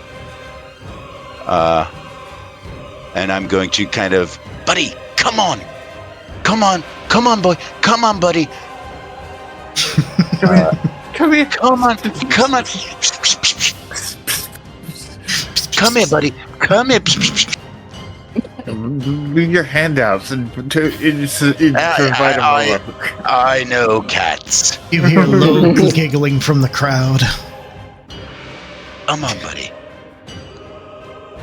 Give me a persuasion. Ooh, yeah. Come on. This is my bailiwick. Ow. That's a good cat. Yes, you are. Yes, you are. Okay. And that will end my turn. All right, it's the assassin's turn. It's amazing how calm this cat is while there's clouds of darkness and fireballs going all over the place. All right. Varenge, a blade comes out of the ether. Yeah, 23. Yeah, go ahead. All right, yeah, that hits. 11 damage. Okay. I don't have to be able to siege him to cast Hellish Rebuke. So, Okay. I had no usage of Hellish Rebuke, but I can use a spell slot. It said in the... Yeah, none of the I can resources use left. Yeah, just Hellish tell Rebuke. So, Hellish Rebuke does require sight. No, it doesn't say. It says a creature... It's casting time, reaction which you take in response to taking damage from a creature that you can see within 60 feet of yourself. yeah. Ah, dang it. Okay, so take 11 damage. Yeah. Concentration check for the ball. You're still good on the ball. Arendelle, a blade comes towards your back. Oh, from all the way over there. 20 to hit. Oh, wow. Oh, he can do it as a ranged, so he's chucking Or he it at just you. ran up 15 there. damage. I am not doing all that well. And as the blade sinks in, you see him... Oh, right, a d4 from the attack. Right? From Blade Ward? Yes, minus D4. It's not going to help. I've got a 15 armor class. Yeah. But as the blade sinks in, you do see him with the blade reappear next to you. Oh. Wait, what's your AC? 15. Oh. Bunk. Mhm. Need to ask, like, since I've seen him do this a few times, was that a spell? What, the What he did? stabbing? No, the spell that allowed him to turn invisible. Nah, it's Because- like a special ability. It's a feature. I have counterspell. You're not. This is he's not casting any spells. This is all like tricks and smoke bombs and whatnot. All right, Mooney. He's a fraud. Okay, so I'm gonna go ahead and fairy fire him. Okay. Oh yeah, I have one use yeah. a day of it. oh yeah. And Booty's not actually in the darkness. He She's 15 succeeds. feet above the air. In the air. Ah, fuck. Arendelle, would Wait, you like side to whistle. slide whistle this. I would. He's got +7 to this. I'm gonna try. Still succeeds, but good try. Okay, and then I am going to bonus action. No, Lord, where is it now? Sorry, I had to unhide it to see. There we go. Healing word on Arendelle. Thank you. At first level. Roll with an additional d4. So that's going to be 9 healing for him. Keep him up. Lady. And then, and then before my turn's over, I'm going to yell at Buddy, "Keep running around! Don't let him get too close!" And that'll end my turn. Let's see. All right, that was initiative 20. Everyone that is concentrating on an effect, a loud boom shrills through the air. I need y'all to make me a Constitution saving throw to maintain concentration as initiative 20 came up. I actually have to make 2. I'm going to make 1 against the damage I just took first. I forgot to do. All right. I lose concentration on darkness. Yes, the darkness and the ball of fire fade, unfortunately. Oh, I have to do the con save for me, too. Hold Okay, on. DC 10 con save for the damage I took. Yeah. Oh, and I'm a warcaster, so I have advantage. Okay. Hey, And then 15 Oops, I'll warm it, for Jeff. I failed. the Constitution saving throw. So you can delete my fairy fire. I failed. Okay. I think it doesn't really stay. It just it stays if it affects things, but it didn't affect anything. Yeah. All right. So, Arendelle, your blade ward goes down as well, as this shrill eking sound goes off throughout the throne room. Buddy is scratching at his ears, madly unhappy with this sound. Orange. Okay, let's figure things.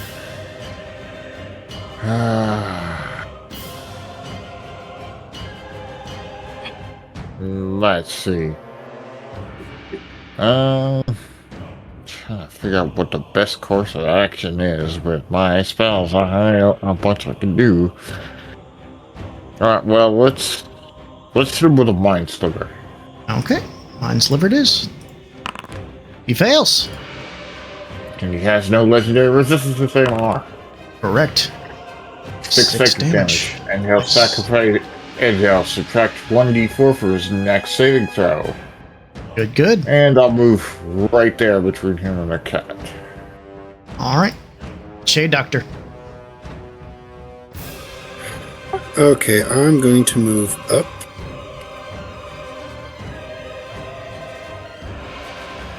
To there. But I ask that you occupy one of the 2 spaces above. I will go there. And I will shoot him first. Okay. 19 will hit. 7 damage. Good stuff. Then I will chicken dagger at advantage. 22 will hit. Damage for that. And I will forgo 2 of my, or 1 at least. Yeah, who's next? Range.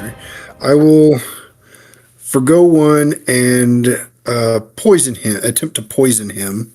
Okay, Constitution saving throw against A DC 14. All right, it is poison. Nice, very nice. He's now poisoned for a minute, or has the poison condition, and at the end of each of his turns, he can repeat the save. Gotcha. Roll me the 2 additional sneak attack dice as well. Yeah. All right. So that was 4. That's 11 damage. He is going to kind of uncanny dodge that, so he'll take 5. All right. Is that at the end of your turn? Yes. Okay, end of your turn. He is going to turn around and use 2 legendary actions to stab you at disadvantage because he's poisoned.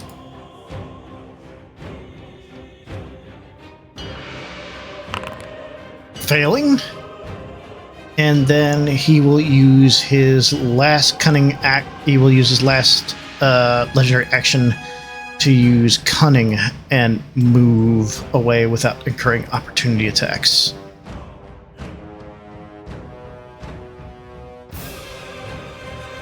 Okay, he's gonna go back here. Umbra. Okay. Well, that's a bit of an issue. 'Cause that messes up my entire plan. No, no kidding. Oh my goodness. This guy's nothing but problems.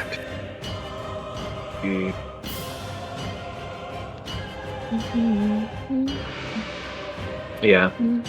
Can't get to him. Dang it. Huh. I don't have the spell slots for this, so...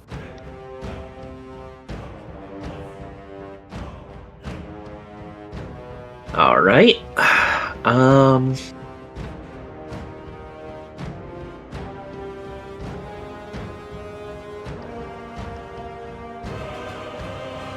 Let us cast...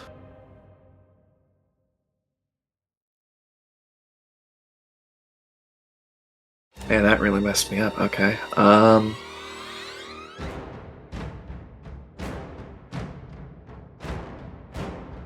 Alright. I'm going to move 30 feet up. Okay. And let's cast Sleep on him. Okay.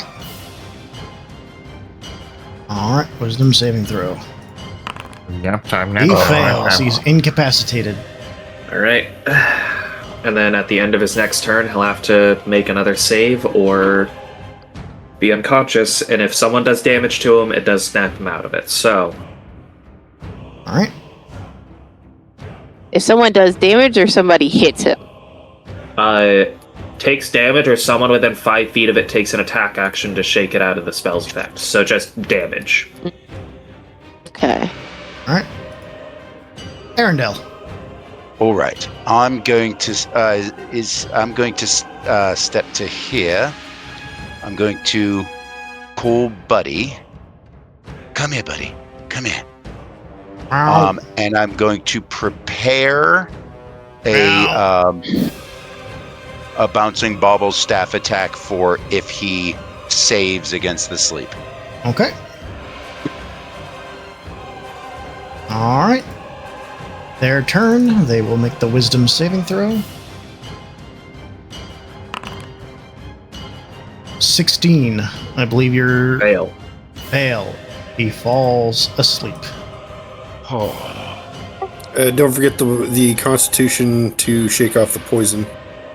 Right. Does shake off the poison. But he is prone on the ground asleep. Does tying him up, would that cause him to wake up? Possibly. Somebody have to come up and give me a sleight of hand. If only one of us was really good with sleight of hand. If we attempt this before you do it, the rest of us should prepare to just launch attacks against him if it should fail. Meow. Did my animal talking thing wear off? Yeah, because I believe that concentration, you cast a bunch of concentration spells. I don't think Speak with Animals is concentration. They changed it? It used to be. Hold on. It is not concentration. It is 10 never minutes. been concentration. Okay. Yeah. So I would still be able to tell what he's saying. He's just kind of like, Oh, okay. Yeah, Meow. that sounds like cat alright. Meh. Uh, Where's the food?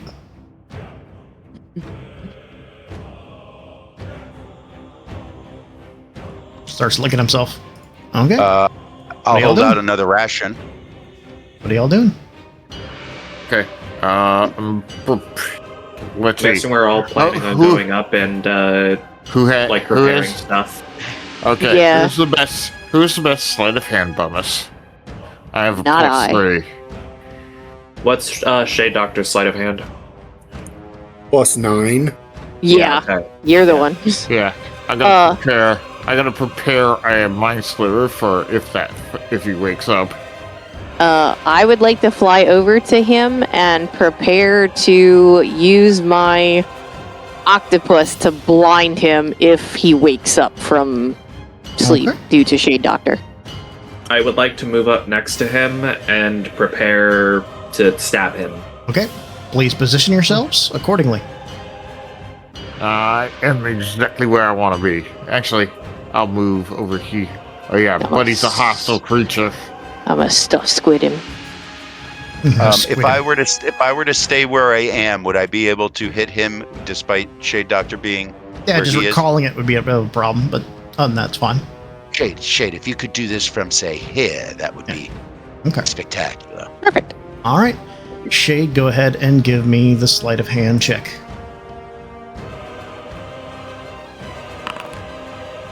Nice.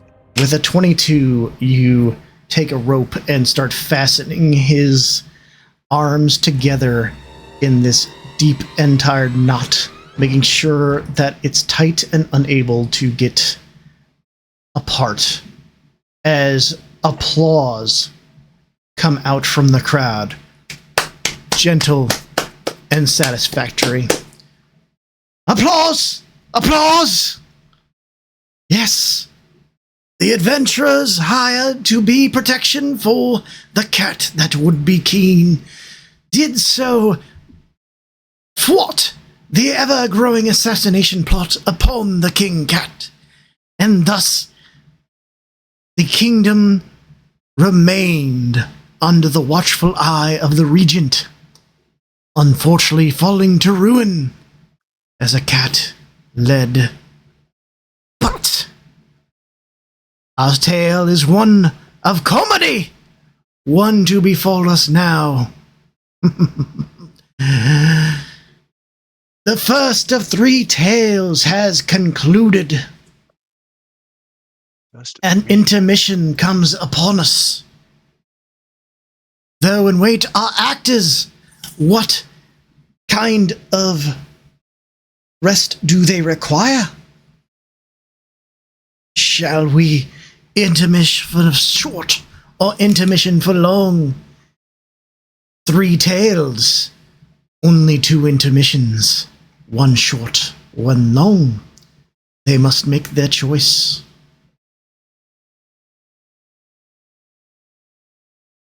All right. I would vote this one is short, so we can just go nuclear this next tale, and then take the long one.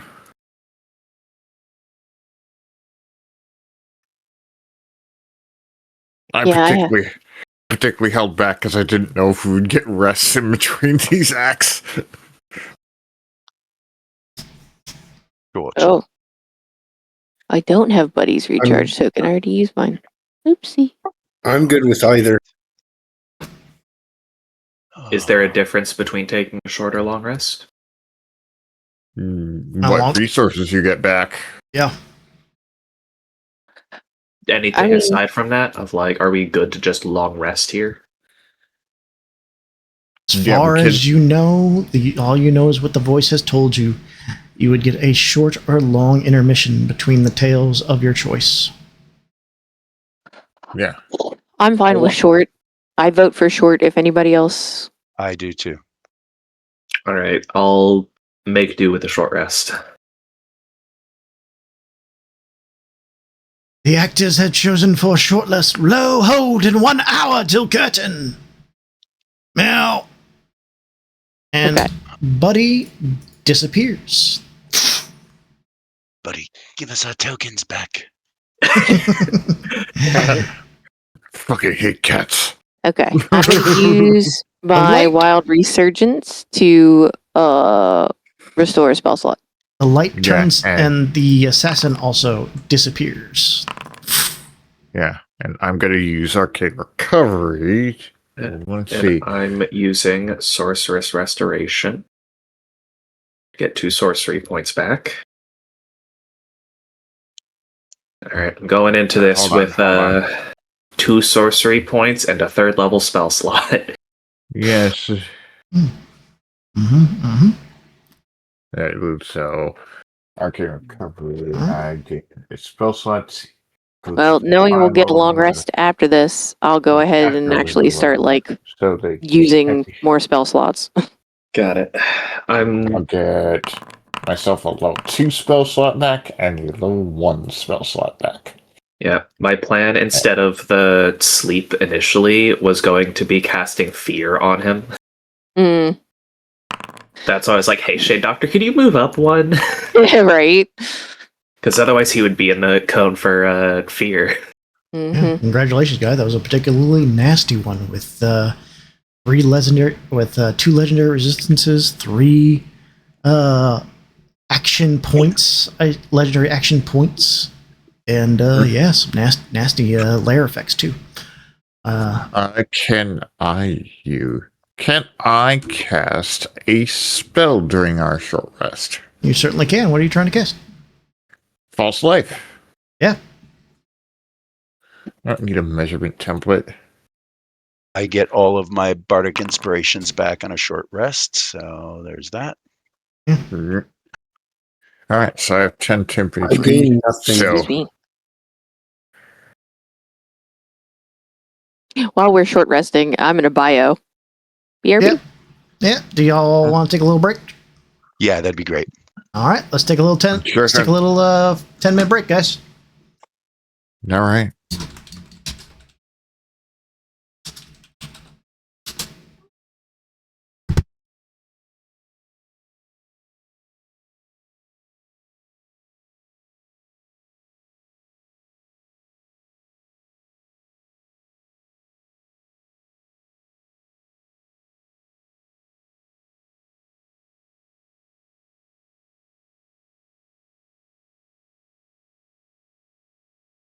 Yeah, it's just a budget, so I'm going to go with suggestion. Yeah, I can swap out the spell on spell. Suggestion might be better. Might be also be good to give outright disguise self and missile silver barbs again.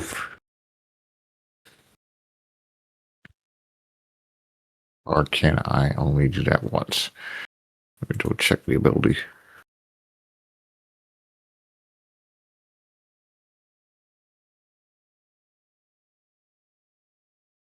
If you finish the short phase, you can place one spell. I don't Okay. have many resources left. Yeah. Same. Okay. So I'm also thinking of dropping mirror image because I don't think I can get much use of that spell right now. And either going with suggestion or silvery barbs. Mm.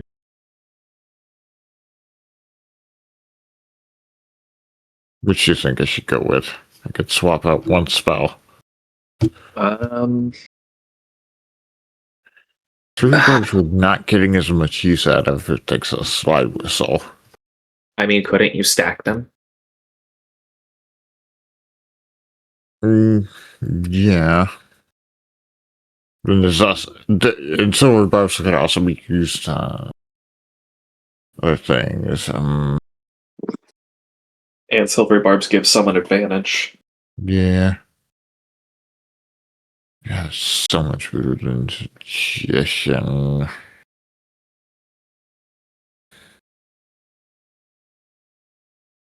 Actually, instead I'll be sacrificing Misty Step because I don't think I'll need.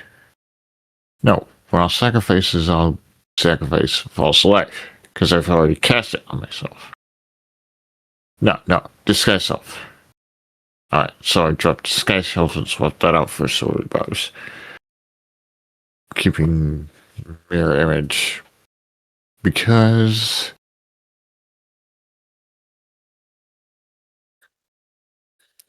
I actually also cast the Osmonk if I can also cast that as part of the short rest because that just lasts for no.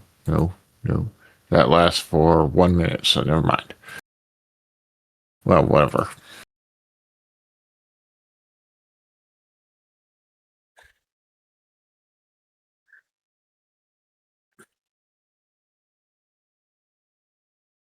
But even when you're low on resources, Sorcerer's Burst is still a really strong cantrip. Yeah. I'm probably going to use my single spell slot to like set up Darkness or Hunger of Hadar or something. That way I can shoot through it with advantage because I would be unseen. Well, I have 2 third-level spell slots. Yeah, I still have both. I saved both my third level spell slots because I didn't want to use too many resources. Yeah, and that's I use like second and first level. I didn't use my 2 third, so I still have Thanks those, to- so I can drop a big bomb. Yeah, and thanks to Arcane Recovery, I got second level spells back, and I got 2 first level spell slots back. By the way, with the Fairy Fire, you can cast it, like, because it's the Fairy Fire from just being a fairy, right? Right. I get 1 use a day for free. Yeah, for free. You can still cast it with your spell slots. Oh, yeah. Okay. Yeah, same with your Enlarge Reduce you get from it. So you get a free cast and you can spend a spell slot. So here's the fun part about the way my character sheet works. It gives me all of these things that I can do, right, including all of the spells that I wouldn't have quote unquote prepared for today.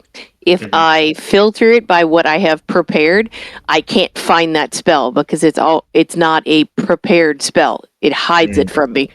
So it's like I forget it because it's hidden half the time.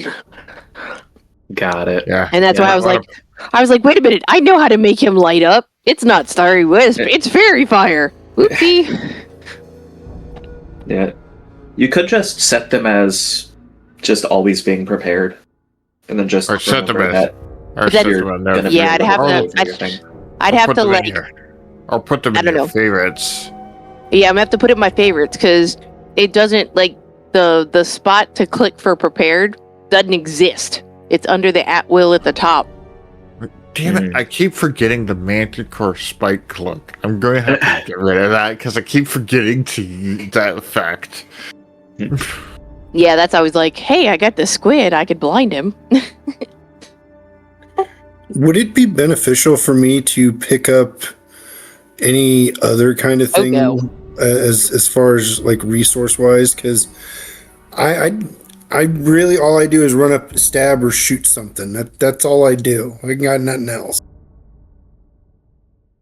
Yeah, but you do like the most damage out of all of us. I mean, until you guys get your bigger spells, yeah. Oh, is this where we took our short rest with all these tattered tents? In the snow. With a bunch of dead bodies. Oh no. Ah, this is a pleasant Good thing I'm place. resistant to cold. Oh yeah. All right, is everyone back? I'm here. I still have my ring of No, warmth. I'm not back yet. Well, Arendelle is muted, so I'm assuming they are not back yet.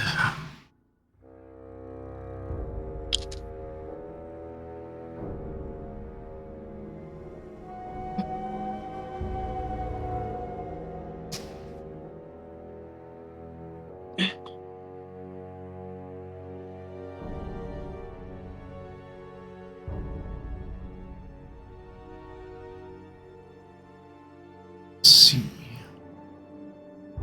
You guys want to hear something silly? Sure. I am now obsessed with a video game character on a video game that I don't even play. Which character? Jeff on Marvel Rivals. I mean, you should. He's so cute. I look, I don't do any kind of PvP, any kind of game ever, because PvPing requires the ability to think of what the other person might do with the things that they have available to them, and my brain does not work that way. All right, Arendelle, are you back? I am. All right.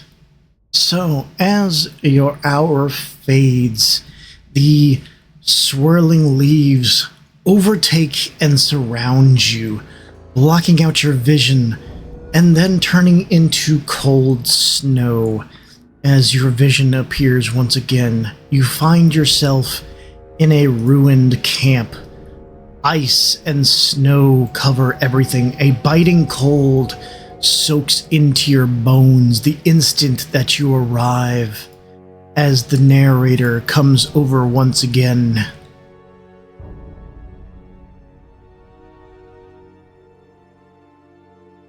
Act 2: The Doomed Expedition. The 34th expedition into the frozen sea, exploring the unknown, facing dangers beyond imagination, finding glory and quite often death. The quintessential term of adventurer. How very foolish mortals can be.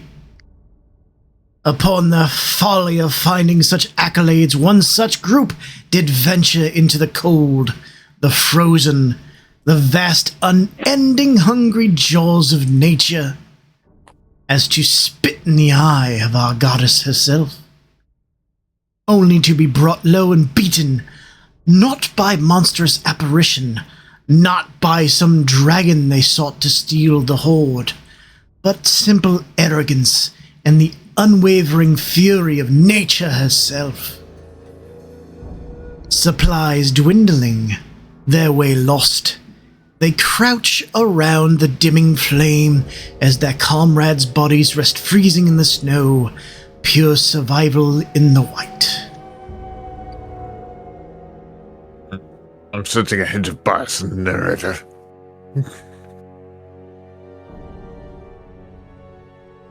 And the wind starts to whip and whistle as the snow grows heavier. The little fire provides some warmth to you, but it is very low. The wood that surrounds you is frozen to the point where it will not burn. What do you do to stave off the cold? Well, I still have the scarf I get for the winter clothing. I have cold weather gear in my equipment, so I'm going to start putting that on. Also, I could use thaumaturgy to increase the heat, so we could throw out the wood by the fire before putting it in. I have cold weather clothing as well. I have cold weather gear and boots of the Winterland. Okay, so... I have cold weather gear and ring of warmth. Oh, Nice. so... I can use prestidigitation to warm things. So, Shade Doctor and Mooney, with your two magic items, the sting of the cold, while still there, is not as biting as it should, as it is affecting your companions. Let's see the Ring of Warmth right quick. I know the... Are we meant to still be an initiative? unharmed by degrees 0 Fahrenheit or lower. Okay. Nope. Not yet. I was worried for a second there. So, prestidigitation, thaumaturgy, you use all these simple spells to try and warm the flame. Unfortunately, the wood that is around is petrified as well as being frozen, unable to burn, more stone than wood at this point. as the cold See. seeps in and the snow grows heavier. Arendelle, Umbra, Berenge, give me Constitution saving throws. All right. What about these? There's bodies, I'm guessing, around? Yes, there is bodies sitting there. By the way, What about using them to burn them? You certainly could. would Arendelle have given people Yes. inspiration on the short rest? Yes. Yeah, Who I, currently needs it? Because I need it. I don't have inspiration, think and I everybody definitely uses want to. I still have mine. Oh, Yeah, You still have yours. I definitely Okay, want to Doctor. use. Yeah, I Shade definitely want to used use it. mine. If Mooney still has hers, then I can give it to everybody. Okay. Oh, okay. You haven't used All yours. I have have. not. I can give it to up to my charisma modifier, which is 4. Yeah. No, it's proficiency Yeah, bonus to a and- musician. I checked that. I just checked. Oh no, I checked Mantle of Inspiration. God's sake. Proficiency. So one person will be left out. You can Okay. go without me. You three take it. I'll be fine without it. Okay. Okay. Because I will spend mine on this con save. Yeah, I Okay. spent mine too and got a 20 instead. That's much better. Oh, Mm-hmm. All right, still not good. I'm going to stick with the 14. Okay. And Berenge is looking in his pack and looking at the fire, looking at his stuff in his pack. A bunch of stuff that would burn really well. Okay. But he's considering. Shade Doctor is going to start taking the bodies over to the fire, and then taking out his one of his flasks of oil, and dumping it on the bodies and the fire as well to heat things up. Arendelle is going to go look at this fence and see if it's made out of wood, and if so, if we can start knocking it apart and burning it. So you I'll take help. a body and throw it upon the fire. The smell starts to drain in and permeate the air, while it weighs on your mind that this is not an illusion. This is an actual person that you're burning. I need everyone to make me a charisma saving throw. Man, you just keep picking my best stat. 19. Okay.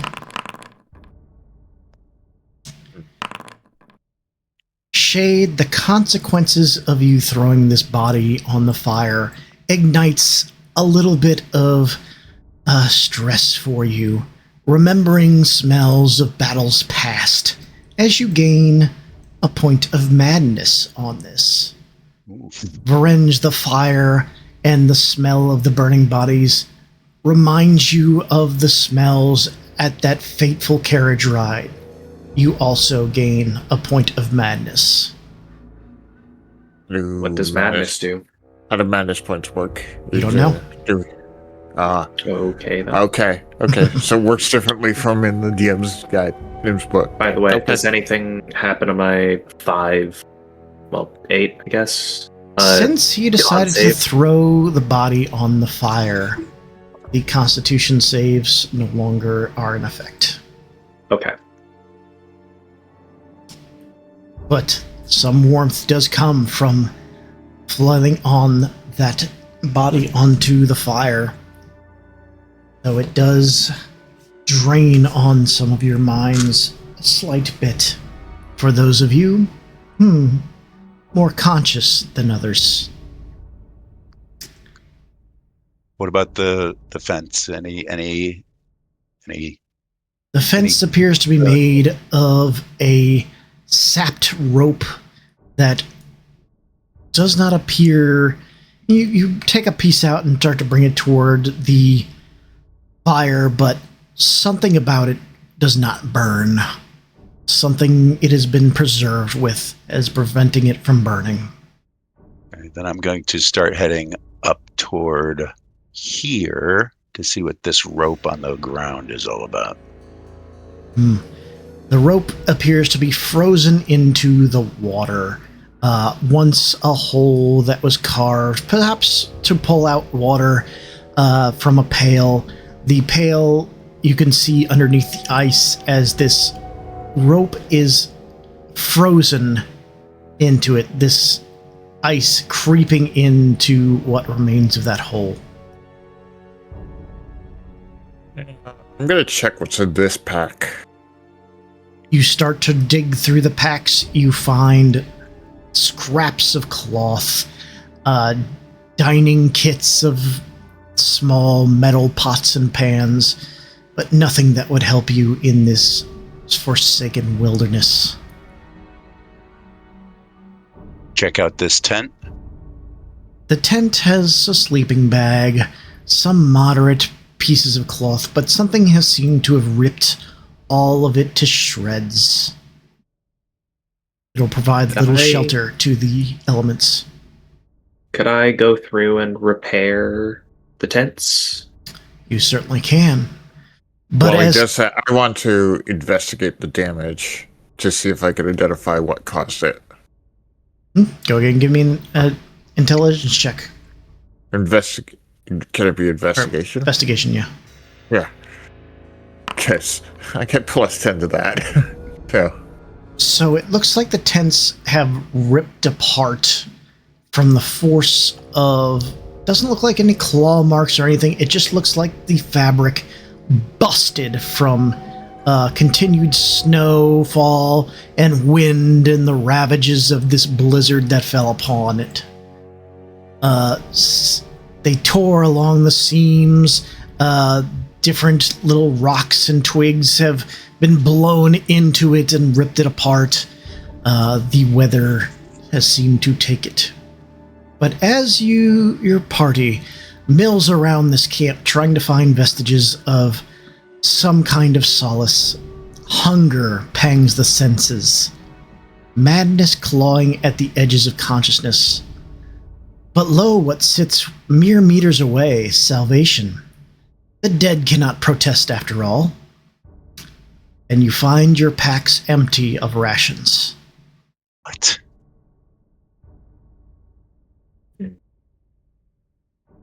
Oh boy. No. No, it's We could try fishing in the hole in the ice. this is obviously an illusion. We just ate yesterday, so we just ate yesterday, so we shouldn't be too hungry. Not hungry enough to consider that.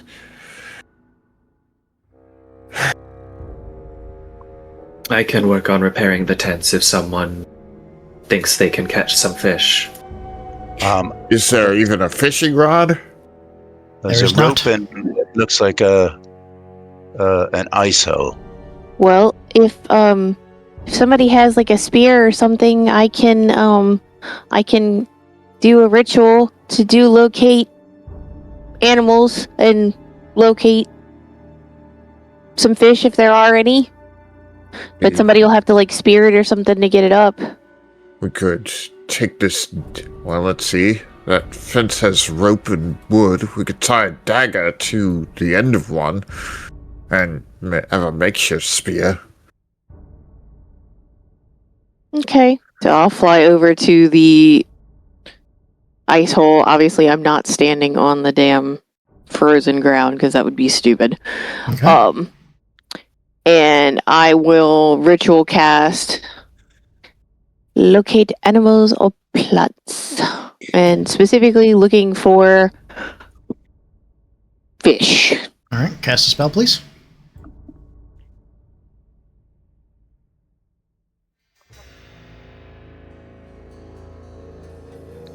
I don't know why it's trying to put a measured template, but alright. Okay, so you cast fish within 5 miles. Your senses expand, slowly trying to fill up the space, though you feel it kind of bounce off a wall as you reach the edges of this map. That same strange energy, like this is somewhat of a pocket dimension that you're sitting in. No fish to be found. Well, guys, I've learned 2 things. There are no fish here. And when the spell went out, I felt like a boundary, so I don't know if we're like stuck in a snow globe or a pocket dimension or what, but we're someplace with no fish. Can I can I make an Arcana check to see if I understand the kind of magic that is going on?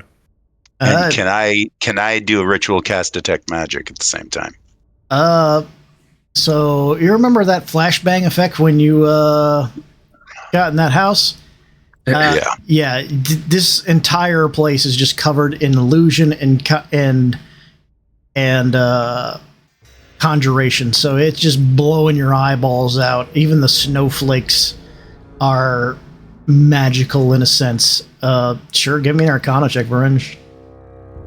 Let's see if I. Wade will get out his cooking utensils and find the best looking body and start preparing the food. Red row. Okay. Red row raggy. Okay. All right. So, with a 13, you don't really know what kind of magic this might be. I mean, the Feywild is full of magic that is somewhat unexplainable, not spells so much as just almost godlike abilities of these Fey in a way. So it's really hard to tell. You can't really pin it down to one spell or another. Doctor, you start to carve into these bodies, the flesh frozen solid, your knife still able to make purchase and carving out, I'm assuming probably part of the thigh or something of that nature, as you bring it over to the fire. I am still tearing down this fence because I'm doing my best to ignore what's going on. No. I am not hungry. I am not hungry. I am not hungry. Your stomach growls. Yeah. I'm not hungry. I'm not hungry. I'm not hungry.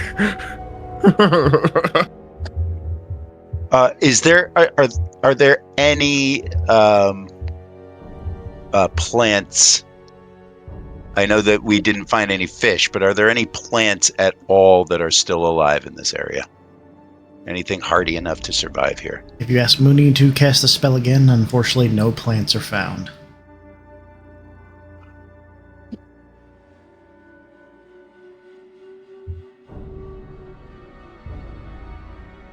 Would have expected the 33rd mission to be successful. The sizzling of that body on the fire is matched with the smell of the sizzling of meat in a pot. It smells okay. You're so hungry that you almost don't care. That weird smell in the air. Is anyone going to be partaking with Shade Doctor?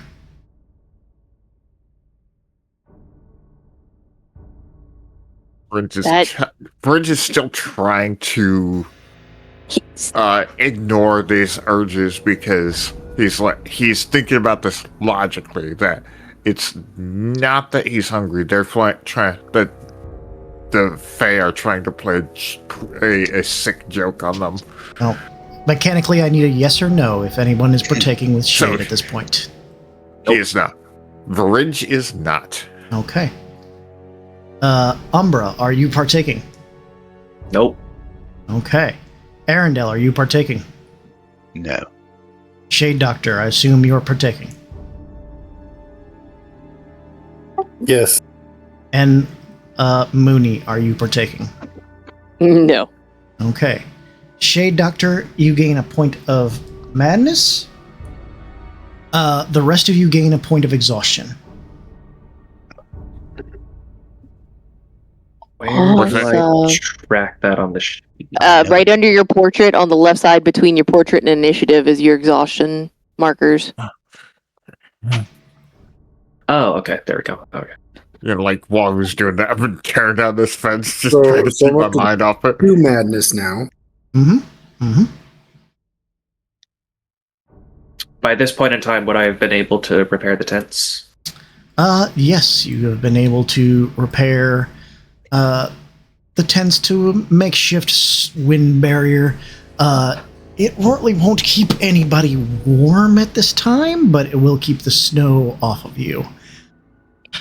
Yeah, As if I can, while repairing them, also kind of like shift them to be a bit closer to the fire so we can get heat from the fire while also getting the cover from the snow and wind and all that. Sounds good. You take down some of the tents, try to put them back up close to the fire. Give me a sleight of hand. Would this have happened before or after the exhaustion? I'm going to say this happened after the exhaustion. Okay. Because I did try and go to do this immediately. Yeah. But it would take you time to repair, and now you're trying to move them over to the fire. Got it. Okay. Sleight of hand. I believe first level exhaustion is disadvantage on ability checks. Correct. So 7. As you are taking down this tent and you're kind of gripping it, the wind picks up and rips one of the tents out of your hand, and it goes sailing out into the air above the mountains and disappears. Hold on.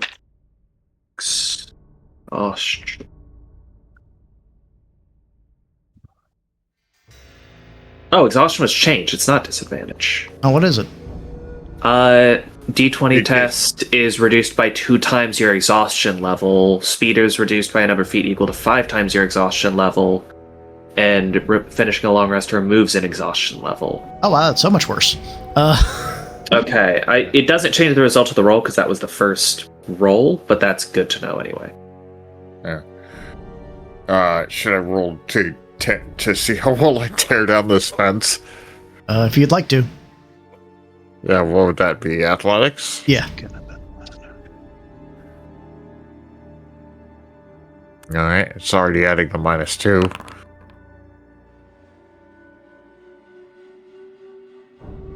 $14.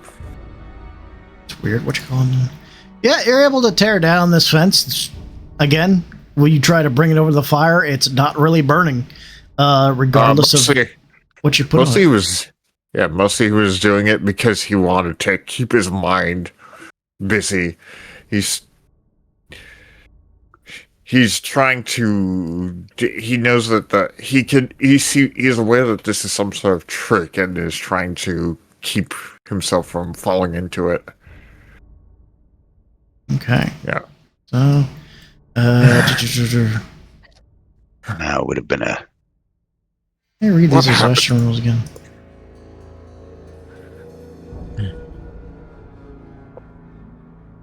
Two times your so -2, and then speed is reduced by a number of feet equal to 5 times your exhaustion level. So speed reduced by -5. Okay. Interesting. Okay. Hey, Doctor, how could you so casually do that? We're supposed to survive, and they also told us to go along with whatever they wanted us to do. Clearly, this is what they want us to do.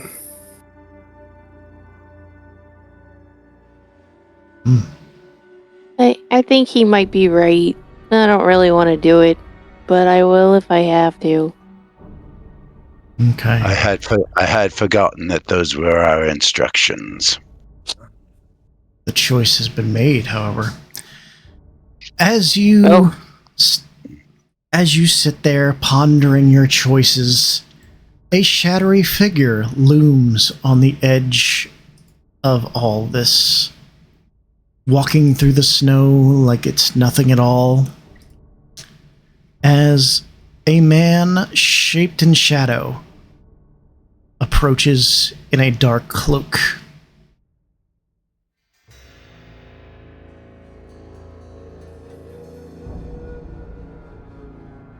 In the darkest times, those with power do come to prey. A deal can be made at what cost? A shadowed figure? Another mirage? Or a true salvation from the pain? Hand extended in earnest we trust, but lo, what may be traded in return? The shadowy figure outstretches a hand and speaks out. I can protect you from this cold if you give me something in return of my choice. What are you asking for? Shake my hand and you will know.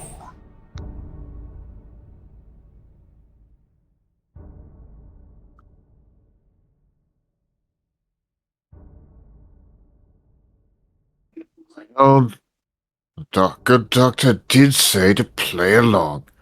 I will shake the figure's hand. You shake his hand, you gain a short-term immunity from cold damage. And you gain a curse.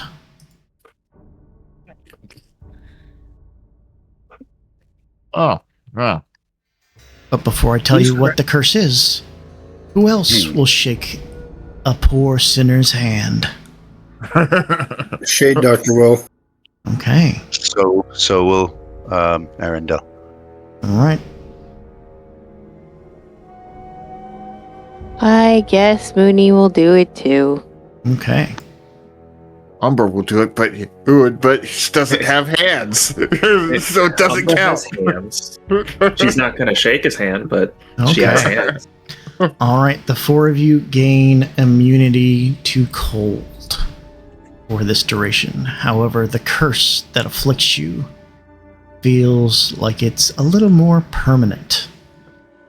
Let me roll some dice here. God damn it. I got madness, I got a curse. This is the worst day ever.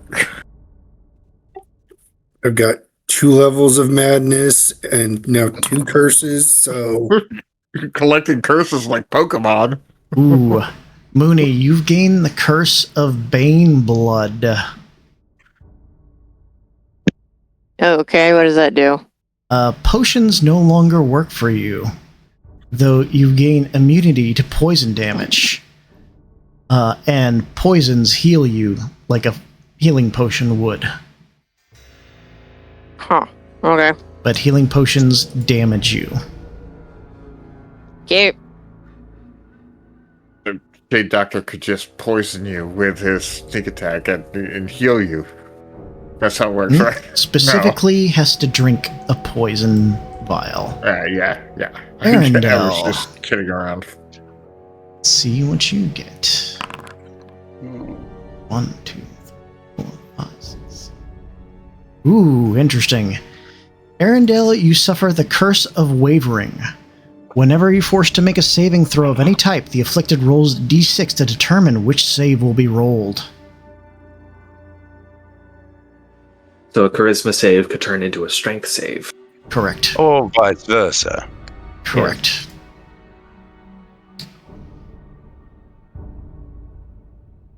That's a very interesting one. Shade Doctor is also afflicted with the curse of wavering. And then let's see our dear Varenge.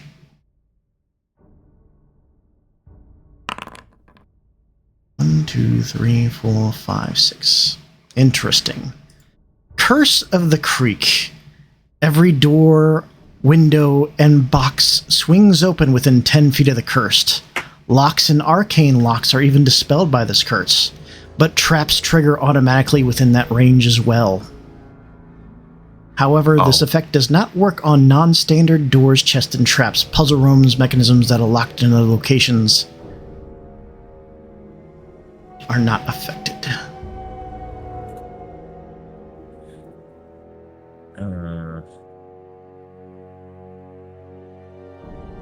And with that, the shadowy figure disperses into the wind and the snow. You've made your deals.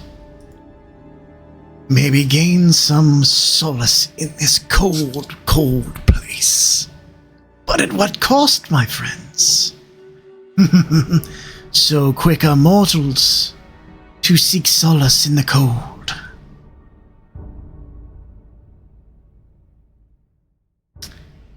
And with that, you start to hear a rumbling.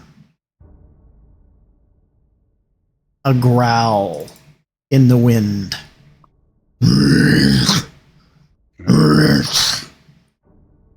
Oh, yeah. Footsteps growing closer as 3 white-furred yetis step from the wintry mix. Oh boy. Good night. It won't work. Oh, look, new playthings. Ah, friends.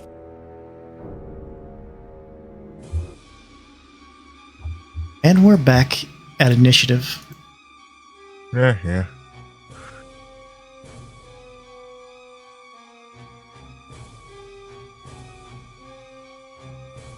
Oh. Sorry, had to create a counter.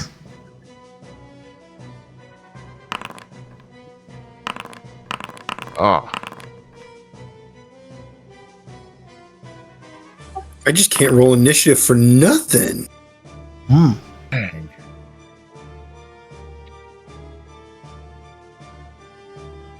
Okay. Well, good thing the Yetis are spread out. Umbra. Suck if they all attacked out at once.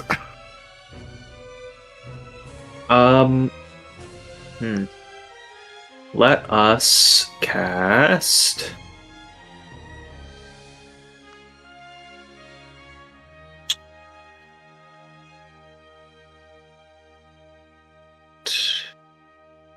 Vanish. Big would this be? Big. I can't move this face after it's there. I'm just gonna cast well,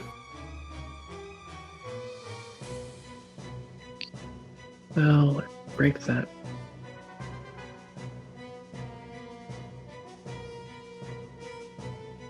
Okay. That functionally wouldn't do anything. Okay. I'm gonna spend my last spell slot to cast Darkness on myself. Okay. And then...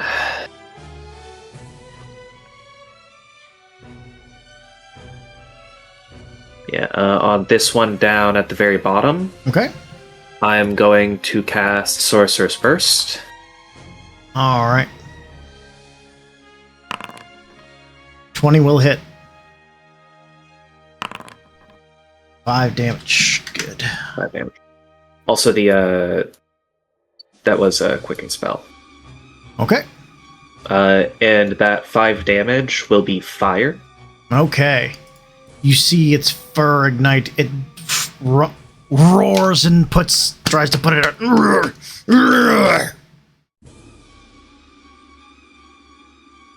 As that will be my turn. Okay. All right. Yeti turn. It is that one's turn. It stomps through the snow, rushing at all of you.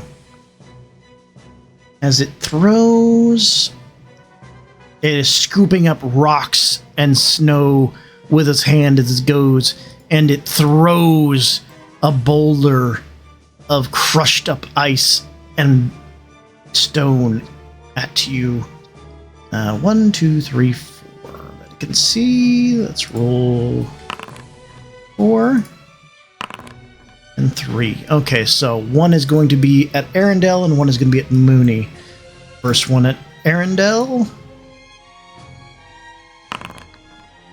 Miss.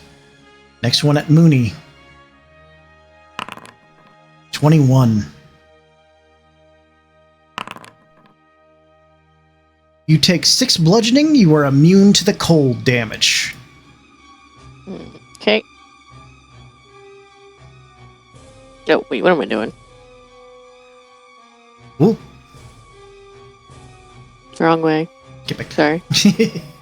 All right, Varenge. Alright, Blade Song.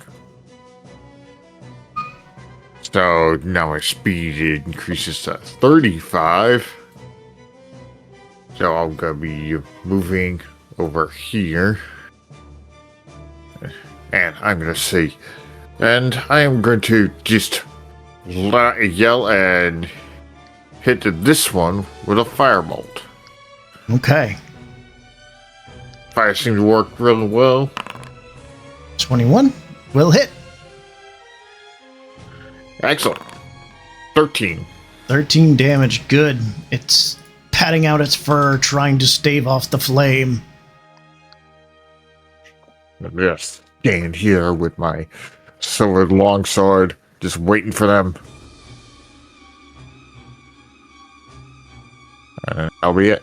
Did it minus anything? You hit it for... Yeah, You hit it for 5, and that was 13. Yeah, it didn't subtract that for some reason. Okay, once again. Right. What? No. Oh, didn't. There it goes. Alright, cool. Alright. Yeti number 2. Starts stomping through, tears straight through the fence without even stopping. 4. Alright. Again, gathering up ice and snow. And again, throwing at Arundel and Mooney for some reason. Fuck. I'm trying to get his Alright, attention. Arundel 16. It hits. Hey. You take 5 bludgeoning, no cold. And the next one at Mooney. Missing. Arundel. Hang on. Minus. All right. I think the first thing I have to do. Oh, Renji may have. You have not. I'm going to do Mantle of Inspiration. Okay. And this is going to target. It's going to target everybody but Umbra. Okay.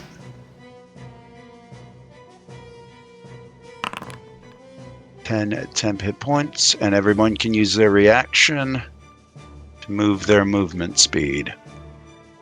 I'm going to leave my reaction because I prepared silver barbs, so if they roll a crit, I want to be able to undo it. I'm going to use mine. It's actually my turn. I don't have to use my reaction. Let me do a measurement here real quick. That's good. That's not. Okay. I'm going to. That was a bonus action. I'm going to action cast Vicious Mockery on. On this. No. I'm focusing fire. No, on I'm going to already cast. damaged. Yeah, thank you. Yeah, Thank you. that's usually a good idea. Focusing Right, fire on French. I got this. Sorry. I'm gonna cast Sleep on this one. Alright, good. Can I tell if the fire damage that it's been taking if that's ongoing? So it's not like taking damage every turn, it just has some other effects on it that you're not sure what it is. I am casting Sleep on him. Okay. It fails. It is incapacitated. And then I will use my movement to get back out of sight, possibly, and sort of hunker down behind this tent.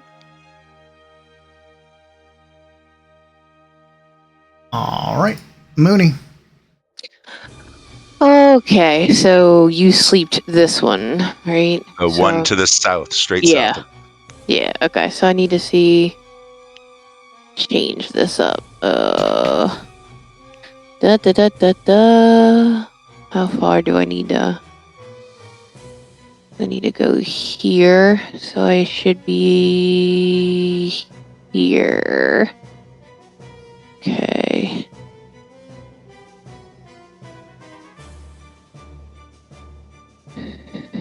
Okay. All right. So now I'm in range to put a flaming sphere right here in front of this little sucker. All right, flaming sphere is cast. All right, and I'm going to cast it at 3rd level. All right, 3rd level. What does that make it? A D6. Oh, 3rd level is regular. Okay. All right, so it makes a dexterity saving throw. It's an extra D6 for every spell slot above 2. So it does get an extra D6. Ah, okay. It just said 3rd level conjuration at the top for some reason. Okay. Well, because I cast it at 3rd level, yeah. Yeah, it usually just calls it 2nd level and then, well, it's all right. Is that it? Is that it? Said dexterity saving throw 7 fails. Fails. Nice. So it's going to be 3d6. So 12 fire damage. Very nice. And you could delete the big ass stupid thing if you want to. It makes me put that down every time. I hate it. You can just Thank you. You can just tell it not to do that. You can forego it. Okay. And that's my turn. All right. This Yeti is going to come marching across the rocks, ripping through them, again, gathering rocks and snow as it goes. Let's see.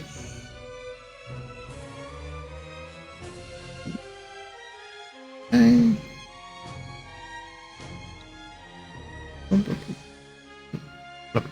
Okay. All right. It's going to do its icy throw. 1, 2, 3. Okay.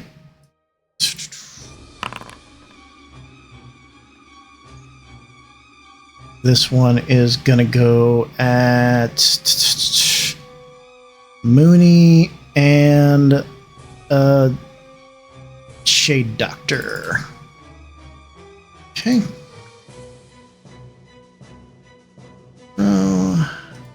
Mooney first.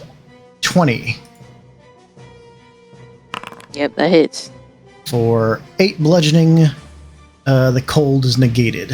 Next one is at Shade Doctor. Again, a 20. Yeah. 7 bludgeoning, the cold is negated.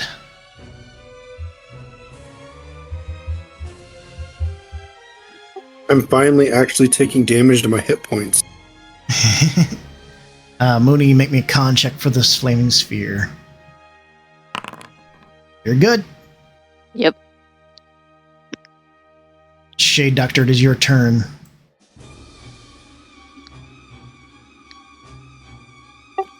Mister that hit me with the I like to throw rocks out in front of me there. All right. I'm gonna shoot him. Okay. But I'm gonna take steady aim first so I get advantage. 24 will hit.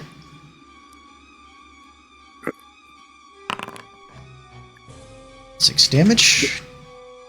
And since I got advantage, sneak attack. All right. Wow, Six damage. And that's it for me. Okay. Umbra. All right.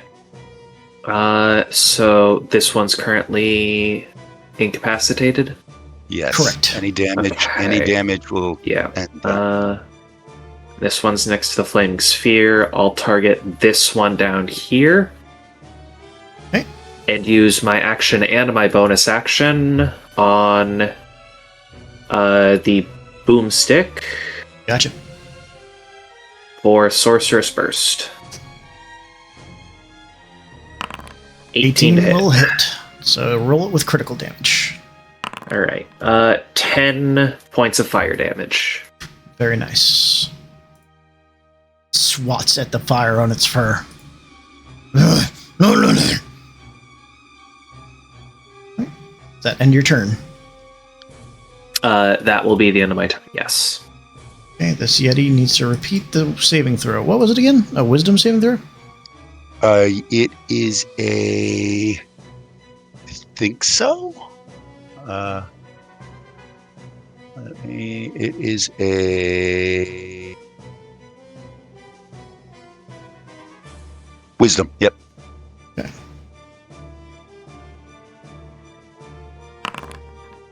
It fails and falls asleep. Nice. Skidding to a stop as it falls upon the ground.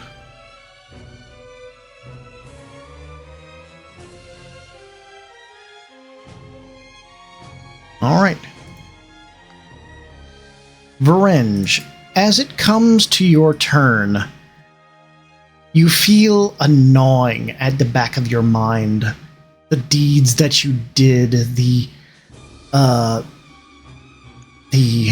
unconscious smell of that body burning still in the fire. Give me a charisma saving throw.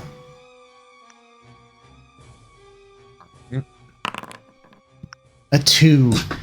You try to go for your sword and your spells, but unfortunately this turn, it just does not compute. The agony of what was done before, and the smell that reminds you of your past drains on your mind.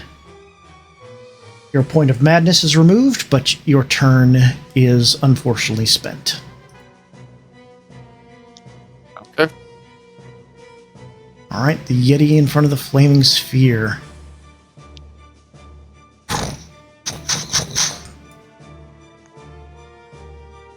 All right. 4.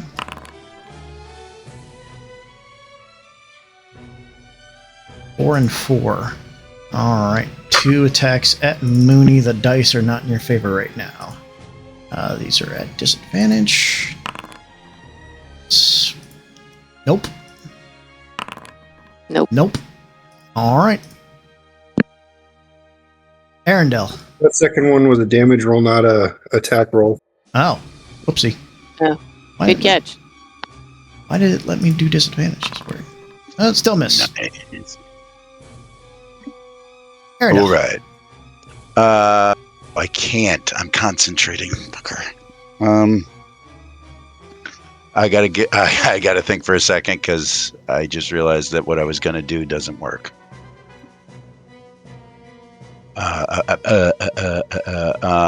Well, my first, I'm going to action vicious mockery on this one that's going after Mooney. Okay. You can't aim to save your life, you piece of shit. You can't save to save your life either. You are a piece of shit. You see his shoulder slump a little bit. And you have disadvantage on your next attack. Little blood coming from its glowing eye. And I am going to maintain my distance in order to not get attacked and keep concentration up on sleep. So I'm going to move to here. Mooney. Moving the sphere. Dunk. Okay. Bonk. Dexterity saving throw. He fails. Fail. 3d6. 10 fire. 10 fire it is. Okay. And because I'm a joke, I'm gonna also hit him with frostbite. Okay. Take another save. As you try to hit him with this cold, you'll find that the magics do not affect him. He is immune to cold. Darn. Okay. All right. How are those two looking? The two that are still awake? One is bloodied, one is not. This one up here is bloody. Okay. Okay, this Yeti's turn. He's going to move up. Still can't quite get to you guys. Not get hit with fire. Alright, let's roll some things here. 3 and 1. Okay. Alright. One attack at Varenge and one attack at Shade Doctor. Right. Shade Doctor. Good doctor. 13 does not hit. Varenge. 23. Hits. You take 7 bludgeoning. You are immune to the cold. Okay. Shade, as it comes to your turn, the grip of what you've done is starting to weigh on your mind. Sure, it was possibly illusions. You were supposed to survive, but what was if it wasn't a solution? An illusion. Due to your curse, roll me a d6 to determine what save we're going to make on this.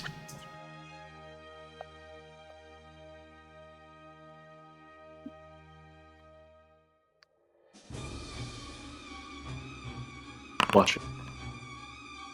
All right, so this is going to be a Constitution saving throw. Apparently, that just stuff didn't sit well in your stomach, making a con save. 22. You're able to keep it down. You can do your turn as normal. 1 madness point spent.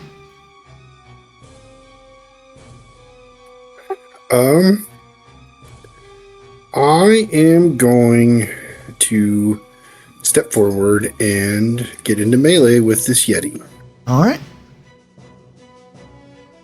Yeti, Yeti, Yeti. And I'm going to shoot him. Shoot that Yeti. 16 will hit. Yay.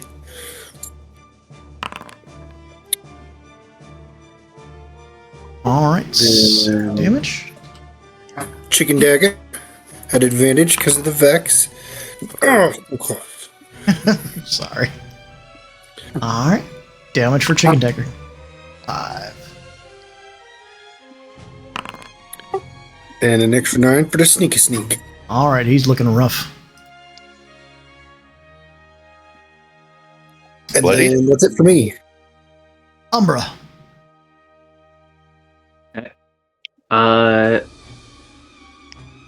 So this guy's been hit with fire. This guy has not yet been hit with fire yet. Correct. Okay. Boomstick. Action and bonus action. All right. 15 to hit. 15 will hit. Okay. 21 points of fire damage. The fur on this beast ignites as it gives off a painful howl into the blizzard. As it falls dead. Food. And that will be my turn. Okay.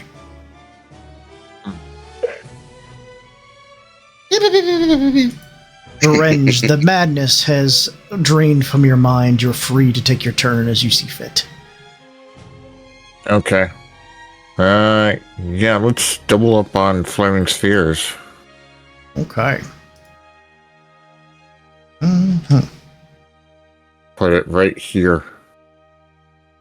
Right where? Right here. Okay, behind. All right. Dexterity saving throw. Now, save. What's your save? And like put it up. It's 15. Okay, it met it, but it still takes half. Yep. 6 3 on the fire die. damage. Very nice. Okay. And I'm going to step forward in front of it. Okay. Between a Varenge and a hot place. Yeah. Very hot place. All right, it's its turn. It is intelligent, so it's going to move out of 5 feet of the fire, and it's going to make 2 claw attacks at Varenge at disadvantage. Nope. Nope. All right. Arendelle. Which of these two can I tell which one looks worse? This one's dead. Oh, that's right. That very much makes my decision easier. Everybody is good with health. I'm going to bouncing bobble this one. Cool.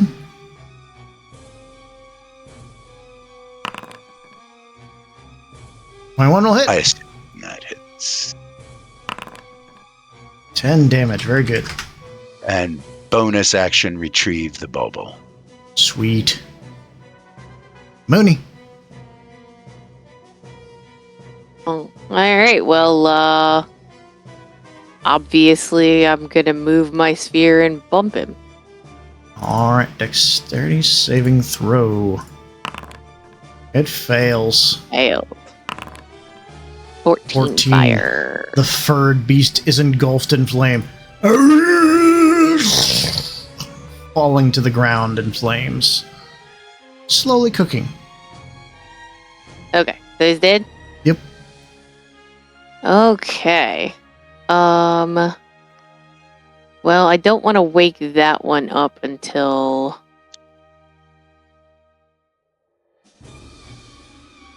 I know we killed this one, guys, but can me and Vrench move our spheres over by the other one before we wake him up? I think that's a great idea. I think we should. I'm going to come over to here. Oh, we're still on initiative. Sorry. Well, I'm going to go ahead and do this person by person. So, Mooney, where would you like to go and what would you like to prepare? So I'm assuming you're moving the sphere like 5 feet away from him or something? Yeah, basically. Okay, so where would you like to be? I'm going to put it right... Well, that's Varenge's, but Oh, I'm sorry. That's My okay. bad, yo. I didn't realize you moved mine. Yeah, that's fine. Yeah. I thought Varenge was moving his. My bad. No, you're Okay, good. yeah. No, that's perfect. And I'm fine where I am Okay, standing what there. action flying would you there. like to prepare? So I'm going to bump him with the flaming sphere. So that is a bonus action. You can't prepare a bonus action. Oh, yeah. I will Starry Wisp him. Star Wisp. Okay. Next, Shade Doctor. Where would you like to do? Where would you like to prepare? I'm going to move over next to him and get the chicken dagger ready. And as soon as they give the go, I'm going to stab the prone Yeti at advantage and do critical hit because he's incapacitated. Okay. Umbra, what would you like to go? Where would you like to prepare? I would like to drop darkness so I don't mess with Shade Doctor. Okay. But I would like to move up here next to it and prepare a... I wouldn't be able to prepare a boomstick charged Sorceress Burst, so I'll just Sorceress Burst. Okay. Varenge, what would you like to do? What would you like to prepare?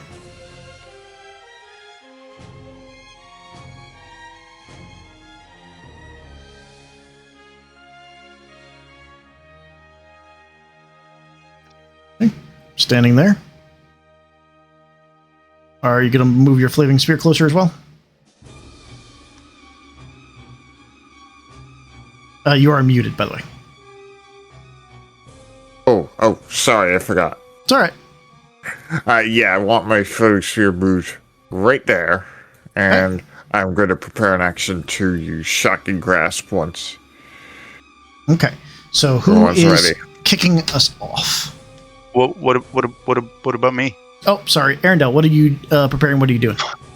I would like to move over here next to Mooney. Okay. And can I prepare to cast slow and in doing so drop concentration on sleep? Yeah, that's the thing. Okay. Okay. Then that's what I'm going to do. Who is going to be the first action to kick us off? I think Shade it should Doctor? be... Yeah, I think it should be Shade Doctor since he'll get an auto crit. Right. Okay. Assuming you keep concentration on sleep. Is it okay? Can we once we know who kicks it off, we go in initiative order from there? Or can we decide who goes in what order? Basically, it'll be in initiative order from there once Okay, it goes. fair enough. But all the prepared actions will go off right as he wakes up, I'm assuming. Yeah. Okay. Oh, shit. So no auto crit. Okay. No, Well- if he goes first, he's still incapacitated now. Yeah. Well, it's asleep, not incapacitated, would be the thing. Unless his subclass gives him a thing against specifically incapacitated creatures. I think sleep is still considered incapacitated. Let me double check. No, I'm saying unconscious. Like, an unconscious creature gets an auto crit if the attacker is within 5 feet of them and hits their attack. I don't know if Shade Doctor's, like, medic subclass has a thing for critting on incapacitated creatures. He'll crit on an unconscious creature. So it'll only work if sleep is kept concentration. Yeah, but Sleep is still got concentration. but the trigger for him removing sleep and casting slow is the creature waking up. So But if you're holding a spell, you lose concentration. that is true because that is what you call it. Though I don't know. Right. Do you concentrate on sleep? I thought sleep is not concentration after it falls asleep. Sleep is concentration the whole time. Well, that's. Oh. I mean, you ruled it like home rule. The first time I ever cast it, that once he Right. falls asleep, that I don't Once have it's to keep asleep, you don't have to keep concentration on sleep. Correct. I don't know if you're sticking with that home rule or not. Conscious or condition for the duration. The spell ends of the target. Someone's 5 feet takes action. I'll stick with that rule. So it'll remain asleep long enough for this all to go off. That's fine. Great. So you can begin holding your spell, and in that instant, Shade Doctor can stab the living shit out of it while it's unconscious. Perfect. All right. So go ahead and get attack with the chicken dagger. Don't roll on that one. So it's a critical hit. Go ahead and roll the damage.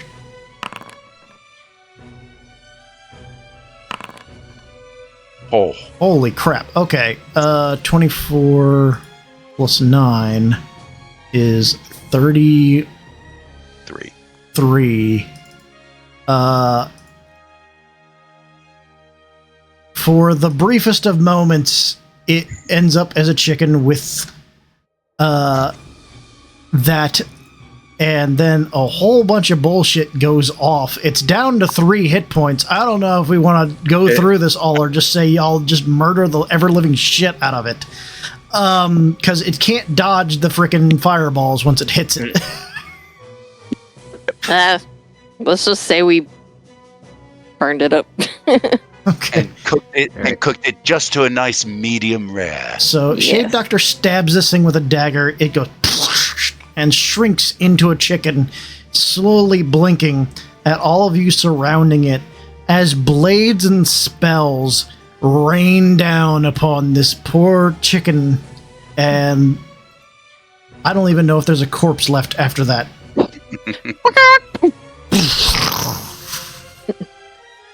And it exploded.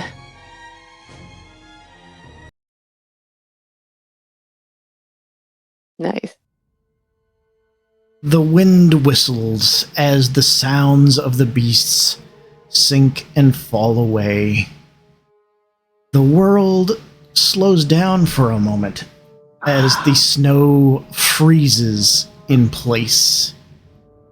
The voice of the narrator comes over again.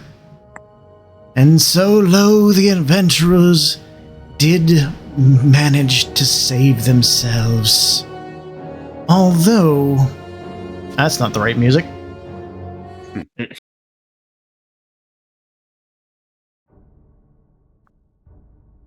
Although they're left with the tragedy of what occurred, the things that they did to survive, ever dwindling upon their mind, deals struck Companions once lived among them, now burned to ash by their actions and eaten for survival.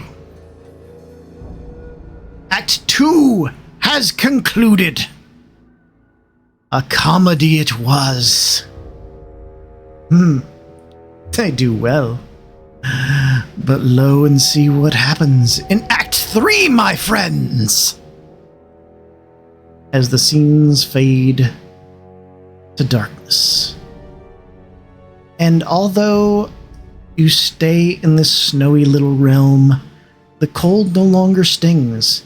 The snow hangs in the air as if on pause. Even the flames of the fire stop moving.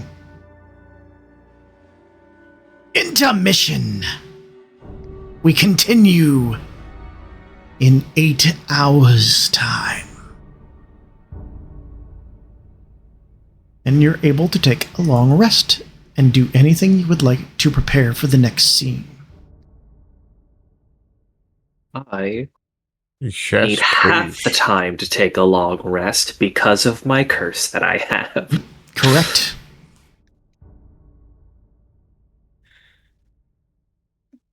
Actually, funnily enough, Umbra, give me the saving throw to see if you stayed awake during the narration. What save? Let's see. The crystal lethargy is a.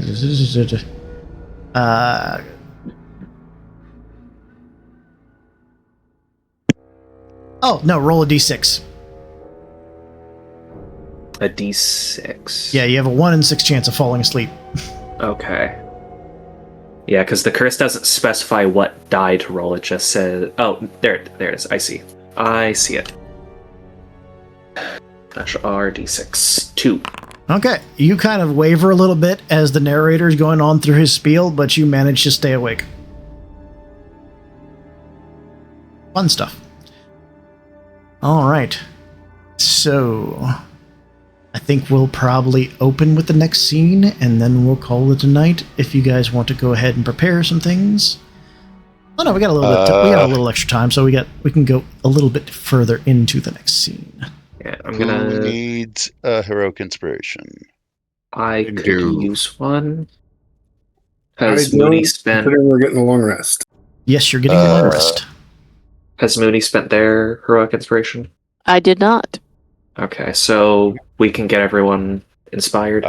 I still have mine, so the two Yep. of you. I am going to cast Mage Armor on myself. You so as well. I've already adapted the spell slot. Yep. Jeez. Okay. Just let me know when everyone is ready to continue to the next scene. I am ready. I am ready. As am I. I'm ready. Okay. SpongeBob. SpongeBob? Oh, I'm ready. Gotcha. I don't. Got, he screams, I'm ready. I'm ready. A lot. Got it.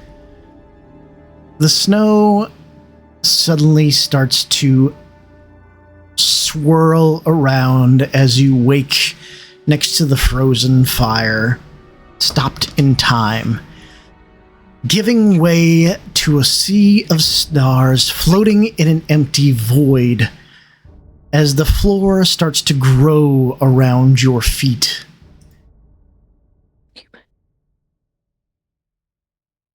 Let me get this one.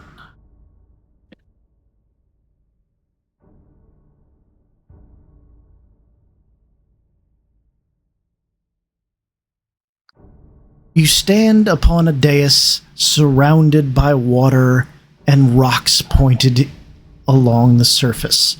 At the edges of this water lie a vast sea of stars, like there is nothing past the water, though it stays in place, not flowing out. The narrator again begins to call out.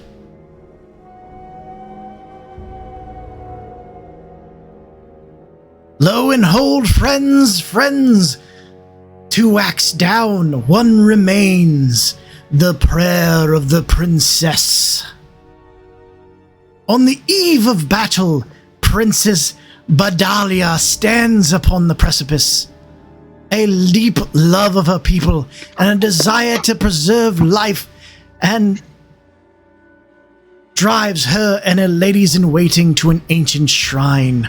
A legend tales of an oracle underneath a sea of stars, a dais set in the middle of a pond of water, protected by 3 celestial warriors engaged in constant battle.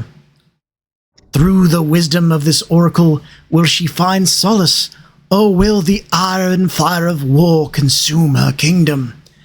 Draped in the solace of the night, you find yourselves surrounded in water.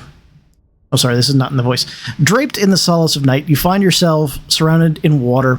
A stone dais raised out of the water. The edges of this vision fall away to a vast, untainted view of stars in a great void. Constellations pulse in the sky. And you are surrounded by 9 pillars on this dais. Beside you see Buddy. There's 8. Oh, sorry, 8. There's My bad. I miscounted. Beside you see Buddy, dressed in a fine gown, Good holding Lord. a little scepter, and looking to all of you. Surely we'll find a way to help everyone here. Sorry, that's not Buddy's voice. That's more Colonel Sanders. Right? Buddy, no, Hold on, one Buddy's a second. bugbear. You gotta remember, Okay. Buddy's a bugbear. We're gonna find a way to protect our kingdom. And as you look around to yourselves, you find yourselves also in very fine dresses as ladies in waiting to Princess Buddy. Look at everyone and say, "You will not breathe a word of this to anyone." Oh, I don't know that that's true. I believe this is considered a humorous situation. The tale says that these warriors can help unlock the oracle. We need to find a way to do so. The key is in the stars. The what is in the stars? The key. I'll The key. look at the stars to see if there's any like constellations or anything. You see very outlined constellations pulsing slowly in the sky. Okay. So, are there constellations in this world that are widely known, like in our world?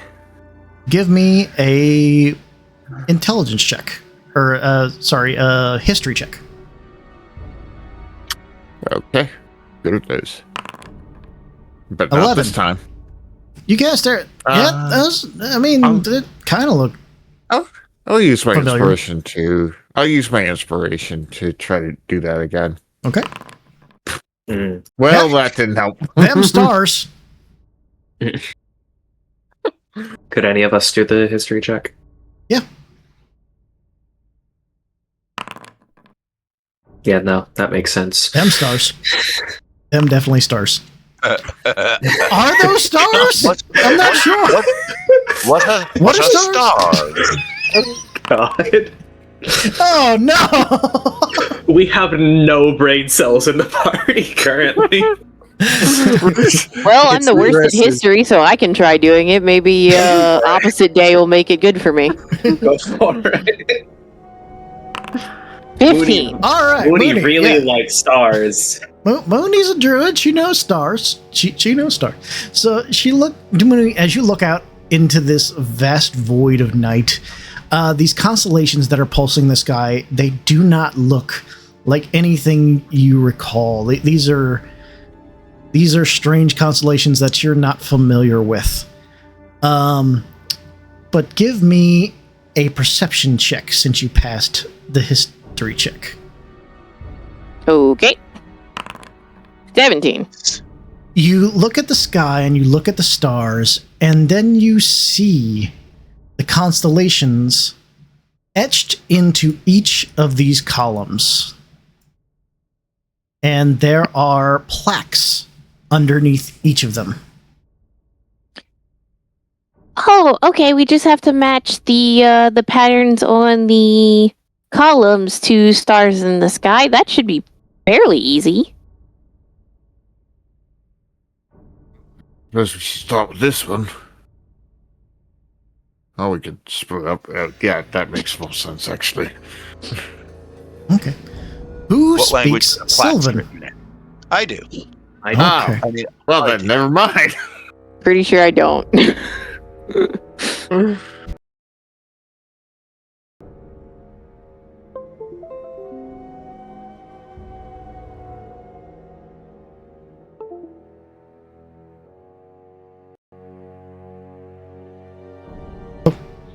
Damn What it. did it- Joe, we can't hear you. How about now? Yep. Yeah. Okay, sorry. But I moved my mic and the janky connection in the back of it does not like me. All right, so as you read the plaques underneath each of these things, I can unhide some stuff. Doink. Doink. Doink. Doink. Doink. Doink. Doink. Doink. And now I have to read.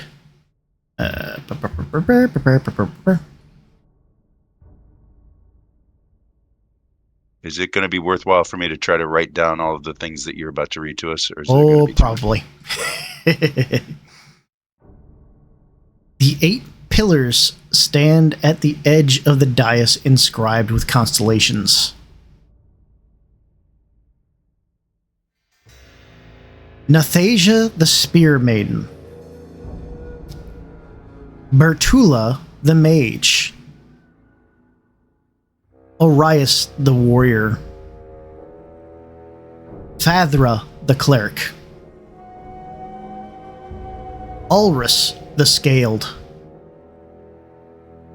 Fulrest the Thunder. Ikir the Serpent. And Milkir the Devil. And I'm going to copy this and paste it in the chat. And I'll actually put it in the Discord chat.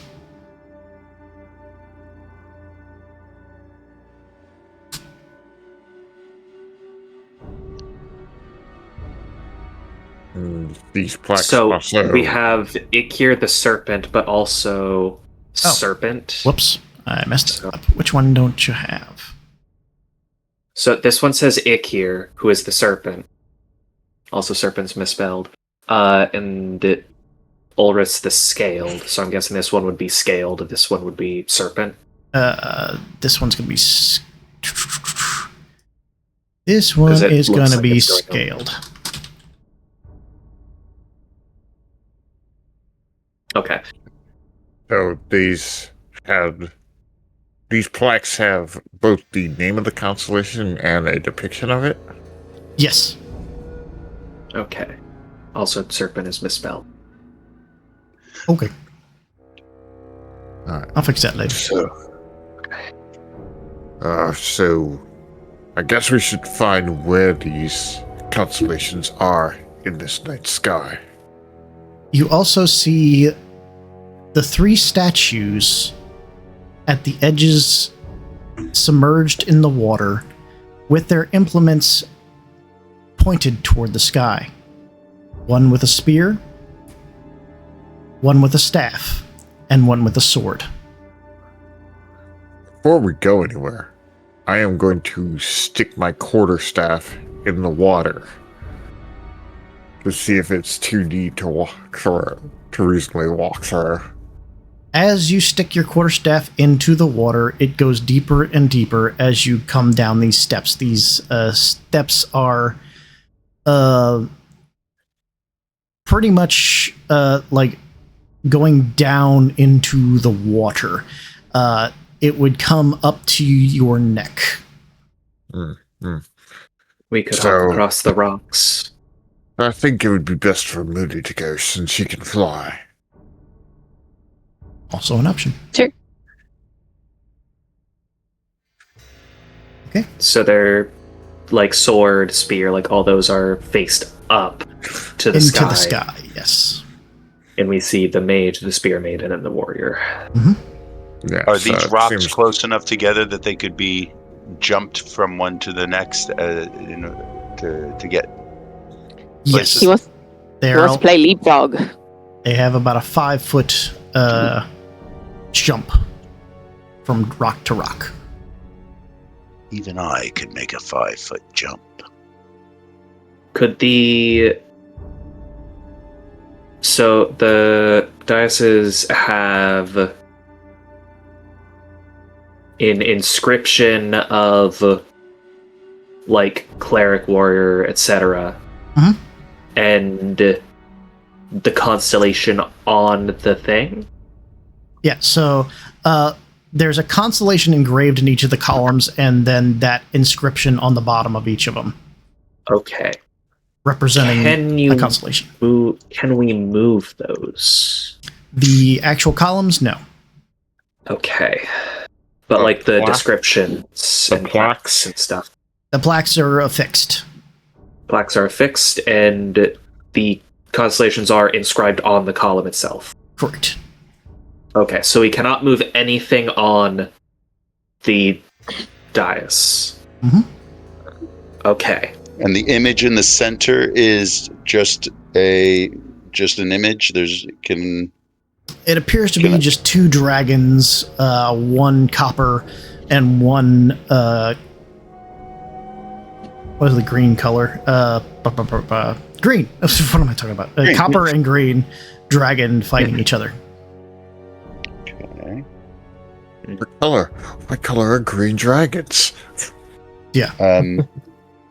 So could I look up above where the spear maiden is pointing?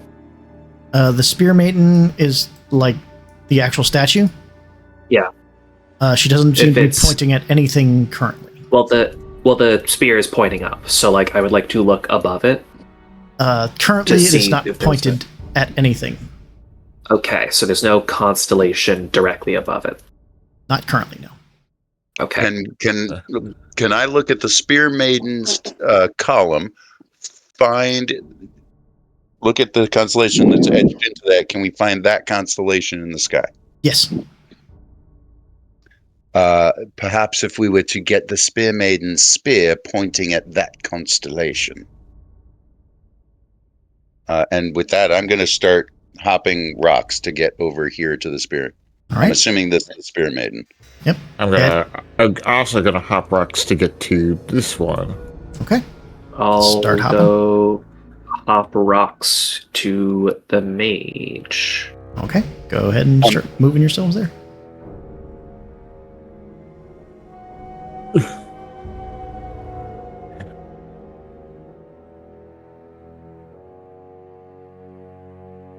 All right. As the 3 of you near these statues, you see another plaque at the bottom of each of them in Sylvan. All right. Okay. So, at the base of the Spear Maiden, it reads, Nathasia the Spear Maiden. With shield she did deflect the blows of Swordsman King and pierce the scales of dragons.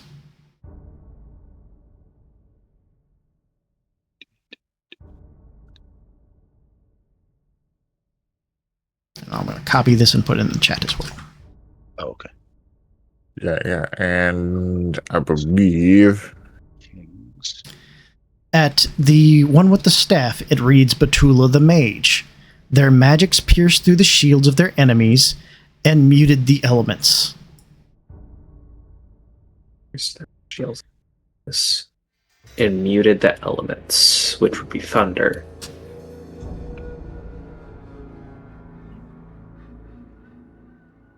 they muted me. Oh, Orias the Warrior, with wit and quick action, ripped through the ranks of the Red Wizards, and could not be restrained.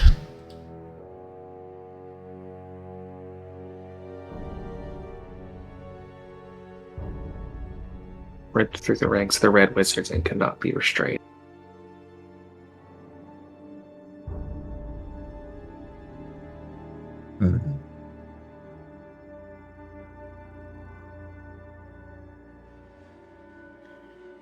So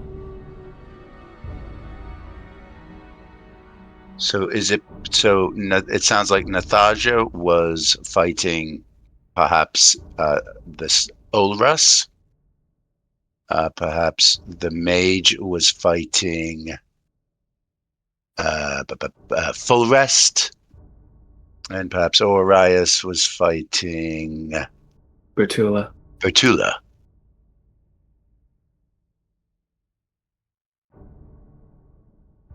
That leaves 2 that were not fighting nor being fought. Although the Spear Maiden was deflecting the blows of the Swordsman King, which, if that is the warrior, would imply that the warrior was also fighting the Spear Maiden.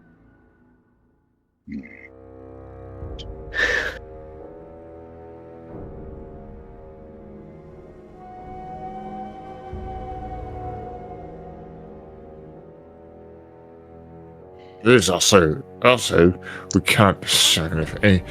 What about if we consider which ones are not mentioned in those plaques? The devil wasn't mentioned. The devil, the serpent, and the cleric. Okay. Serpent could be a reference to a dragon. That would be the Scaled.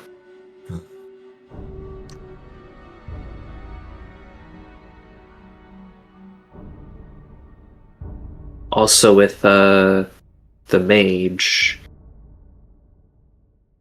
pierced through the shields of their enemy and muted the elements, which the Spear Maiden also has a shield. And as you guys look at these statues, you see that they can be moved.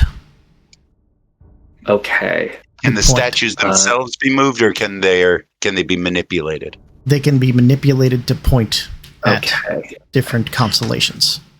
Pierce through the shields of their enemy and muted the elements. So the mage should be facing directly west.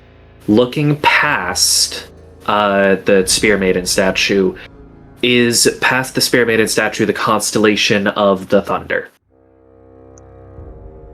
So the constellations are in different parts of the sky. They don't really pertain to the actual place on their on the dais. Oh, that would mean warrior has to be pointed to the constellation. The Spear Maiden should be pointing to the shield constellation. No. It says pierce through the shields of their enemy. That's why I'm asking if the constellation for the Thunder is over behind the statue for the Spear Maiden of pierce through the scales of dragons. The Shield Maiden is pierced through the scales of dragon. No, I'm saying the mage pierced through the shields of their enemy. The Spear Maiden is the one that has a shield. It mentions a shield, so it pierces through the shields of their enemy and it mutes the elements. So I'm asking if the constellation's place in the sky is over here towards the top left, past, from straight line west from the statue. The constellations are in different parts of the sky. So, they don't correspond to a singular thing. It looks like the spear can be pointed at a constellation, a single constellation. Can I find the constellation that's on Olras, the scaled pillar? Yes. Can I point the spear that I'm standing at what I think is Nathaja's statue? Can I point her spear at that constellation? Yes. Let me get my notes up right quick. I feel like I'm not being understood. I'm not trying to send it through 2 constellations. I'm trying to send it through, the pointing the statue at the other statue that has the shield and asking if behind the statue with the shield in that same direction would be the constellation. No. Okay. Yeah. So you point the spear maiden at what? At I forgot his name already. The Scaled. Ulrus the Scaled. As you point it toward Ulrus the Scaled, it doesn't seem to have an effect.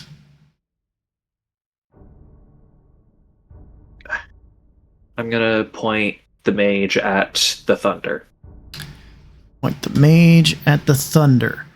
The thunder lights up. The column glows. I'm gonna point Oris at the mage constellation.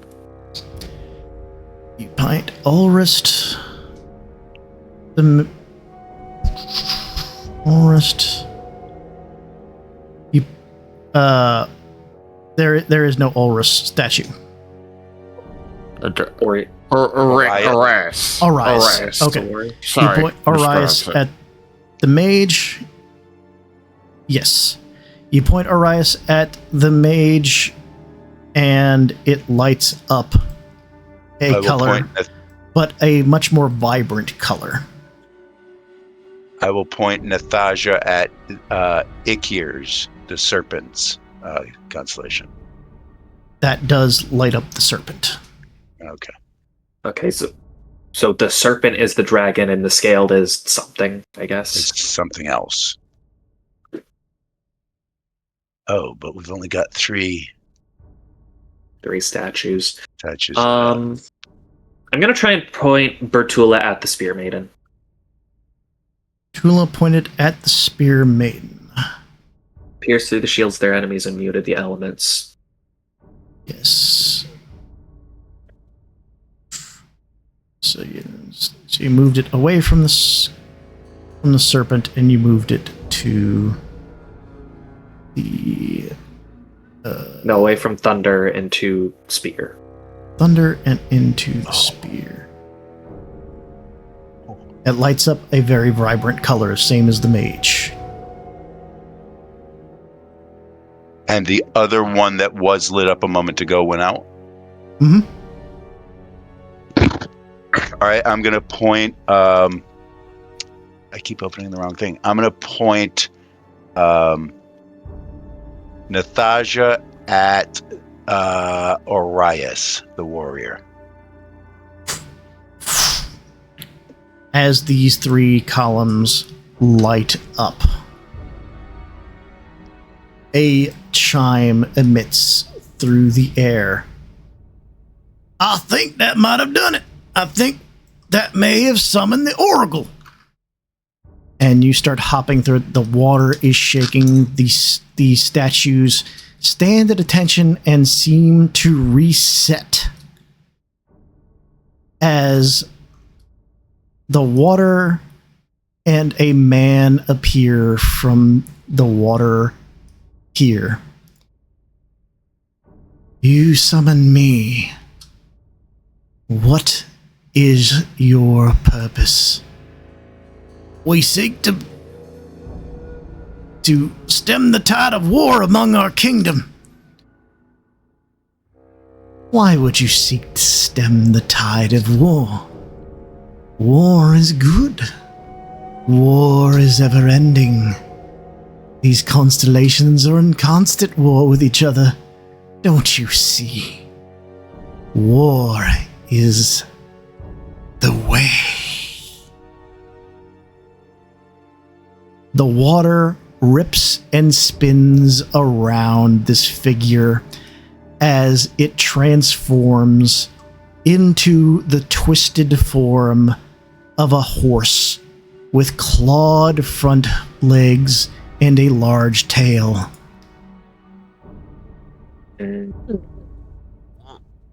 Oh. War. And I think we're going to go ahead and stop this because this is the big battle. Got it.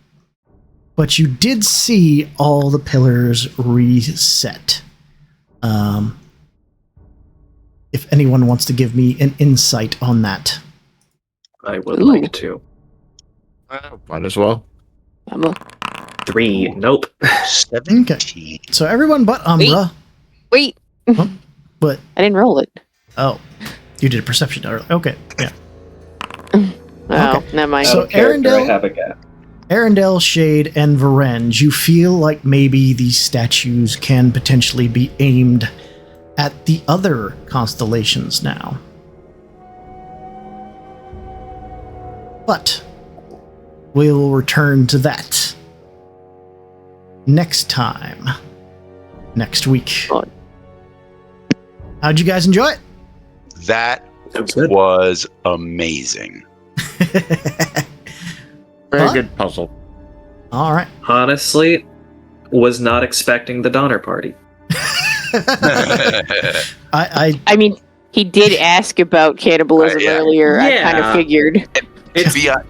It wasn't until he started saying, do you want to, and I was like, wait a minute, oh my god, he asked about cannibalism. Yeah. Yeah, I remembered the thing about like the cannibalism. I just didn't think it'd just be so straight up just the Donner Party. like that was like 1-to-1. Like, oh hey, you're trapped in a frozen like Yeah. mountain area, and it's like, yeah, that's just what that is.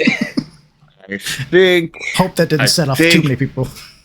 I think I did not realize it would make me uncomfortable, or maybe a bit, but I had agreed beforehand, so it's my own Yeah. fault. I didn't Well, realize that. That's why I didn't go into too much detail about it. Yeah. Well, he also knows that I'm a bit squeamish about it as well. Like, that I can only handle so much.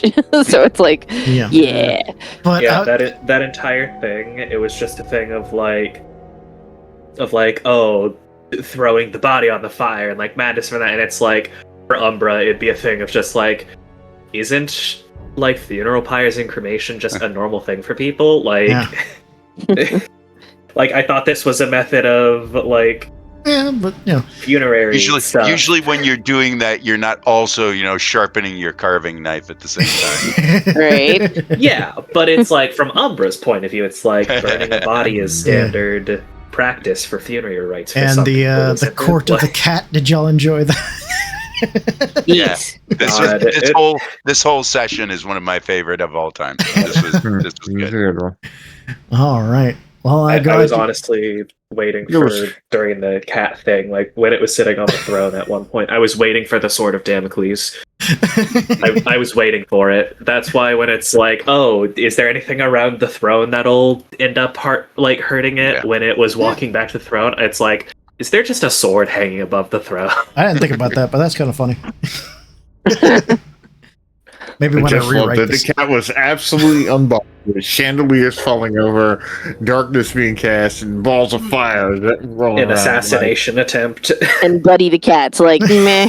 Meow, Wow. meow. God, Like if that was my cat, he'd be heading for under the bed. First sign of trouble. yeah, Well- this whole last thing, with just everybody is like in a pretty dress and stuff like that. Umbra normally is not somebody who is very like emotive or like laugh at stuff. Umbra is very much like, this is what humor is. It's just like, don't say this to anybody. Umbra's absolutely gonna tell someone.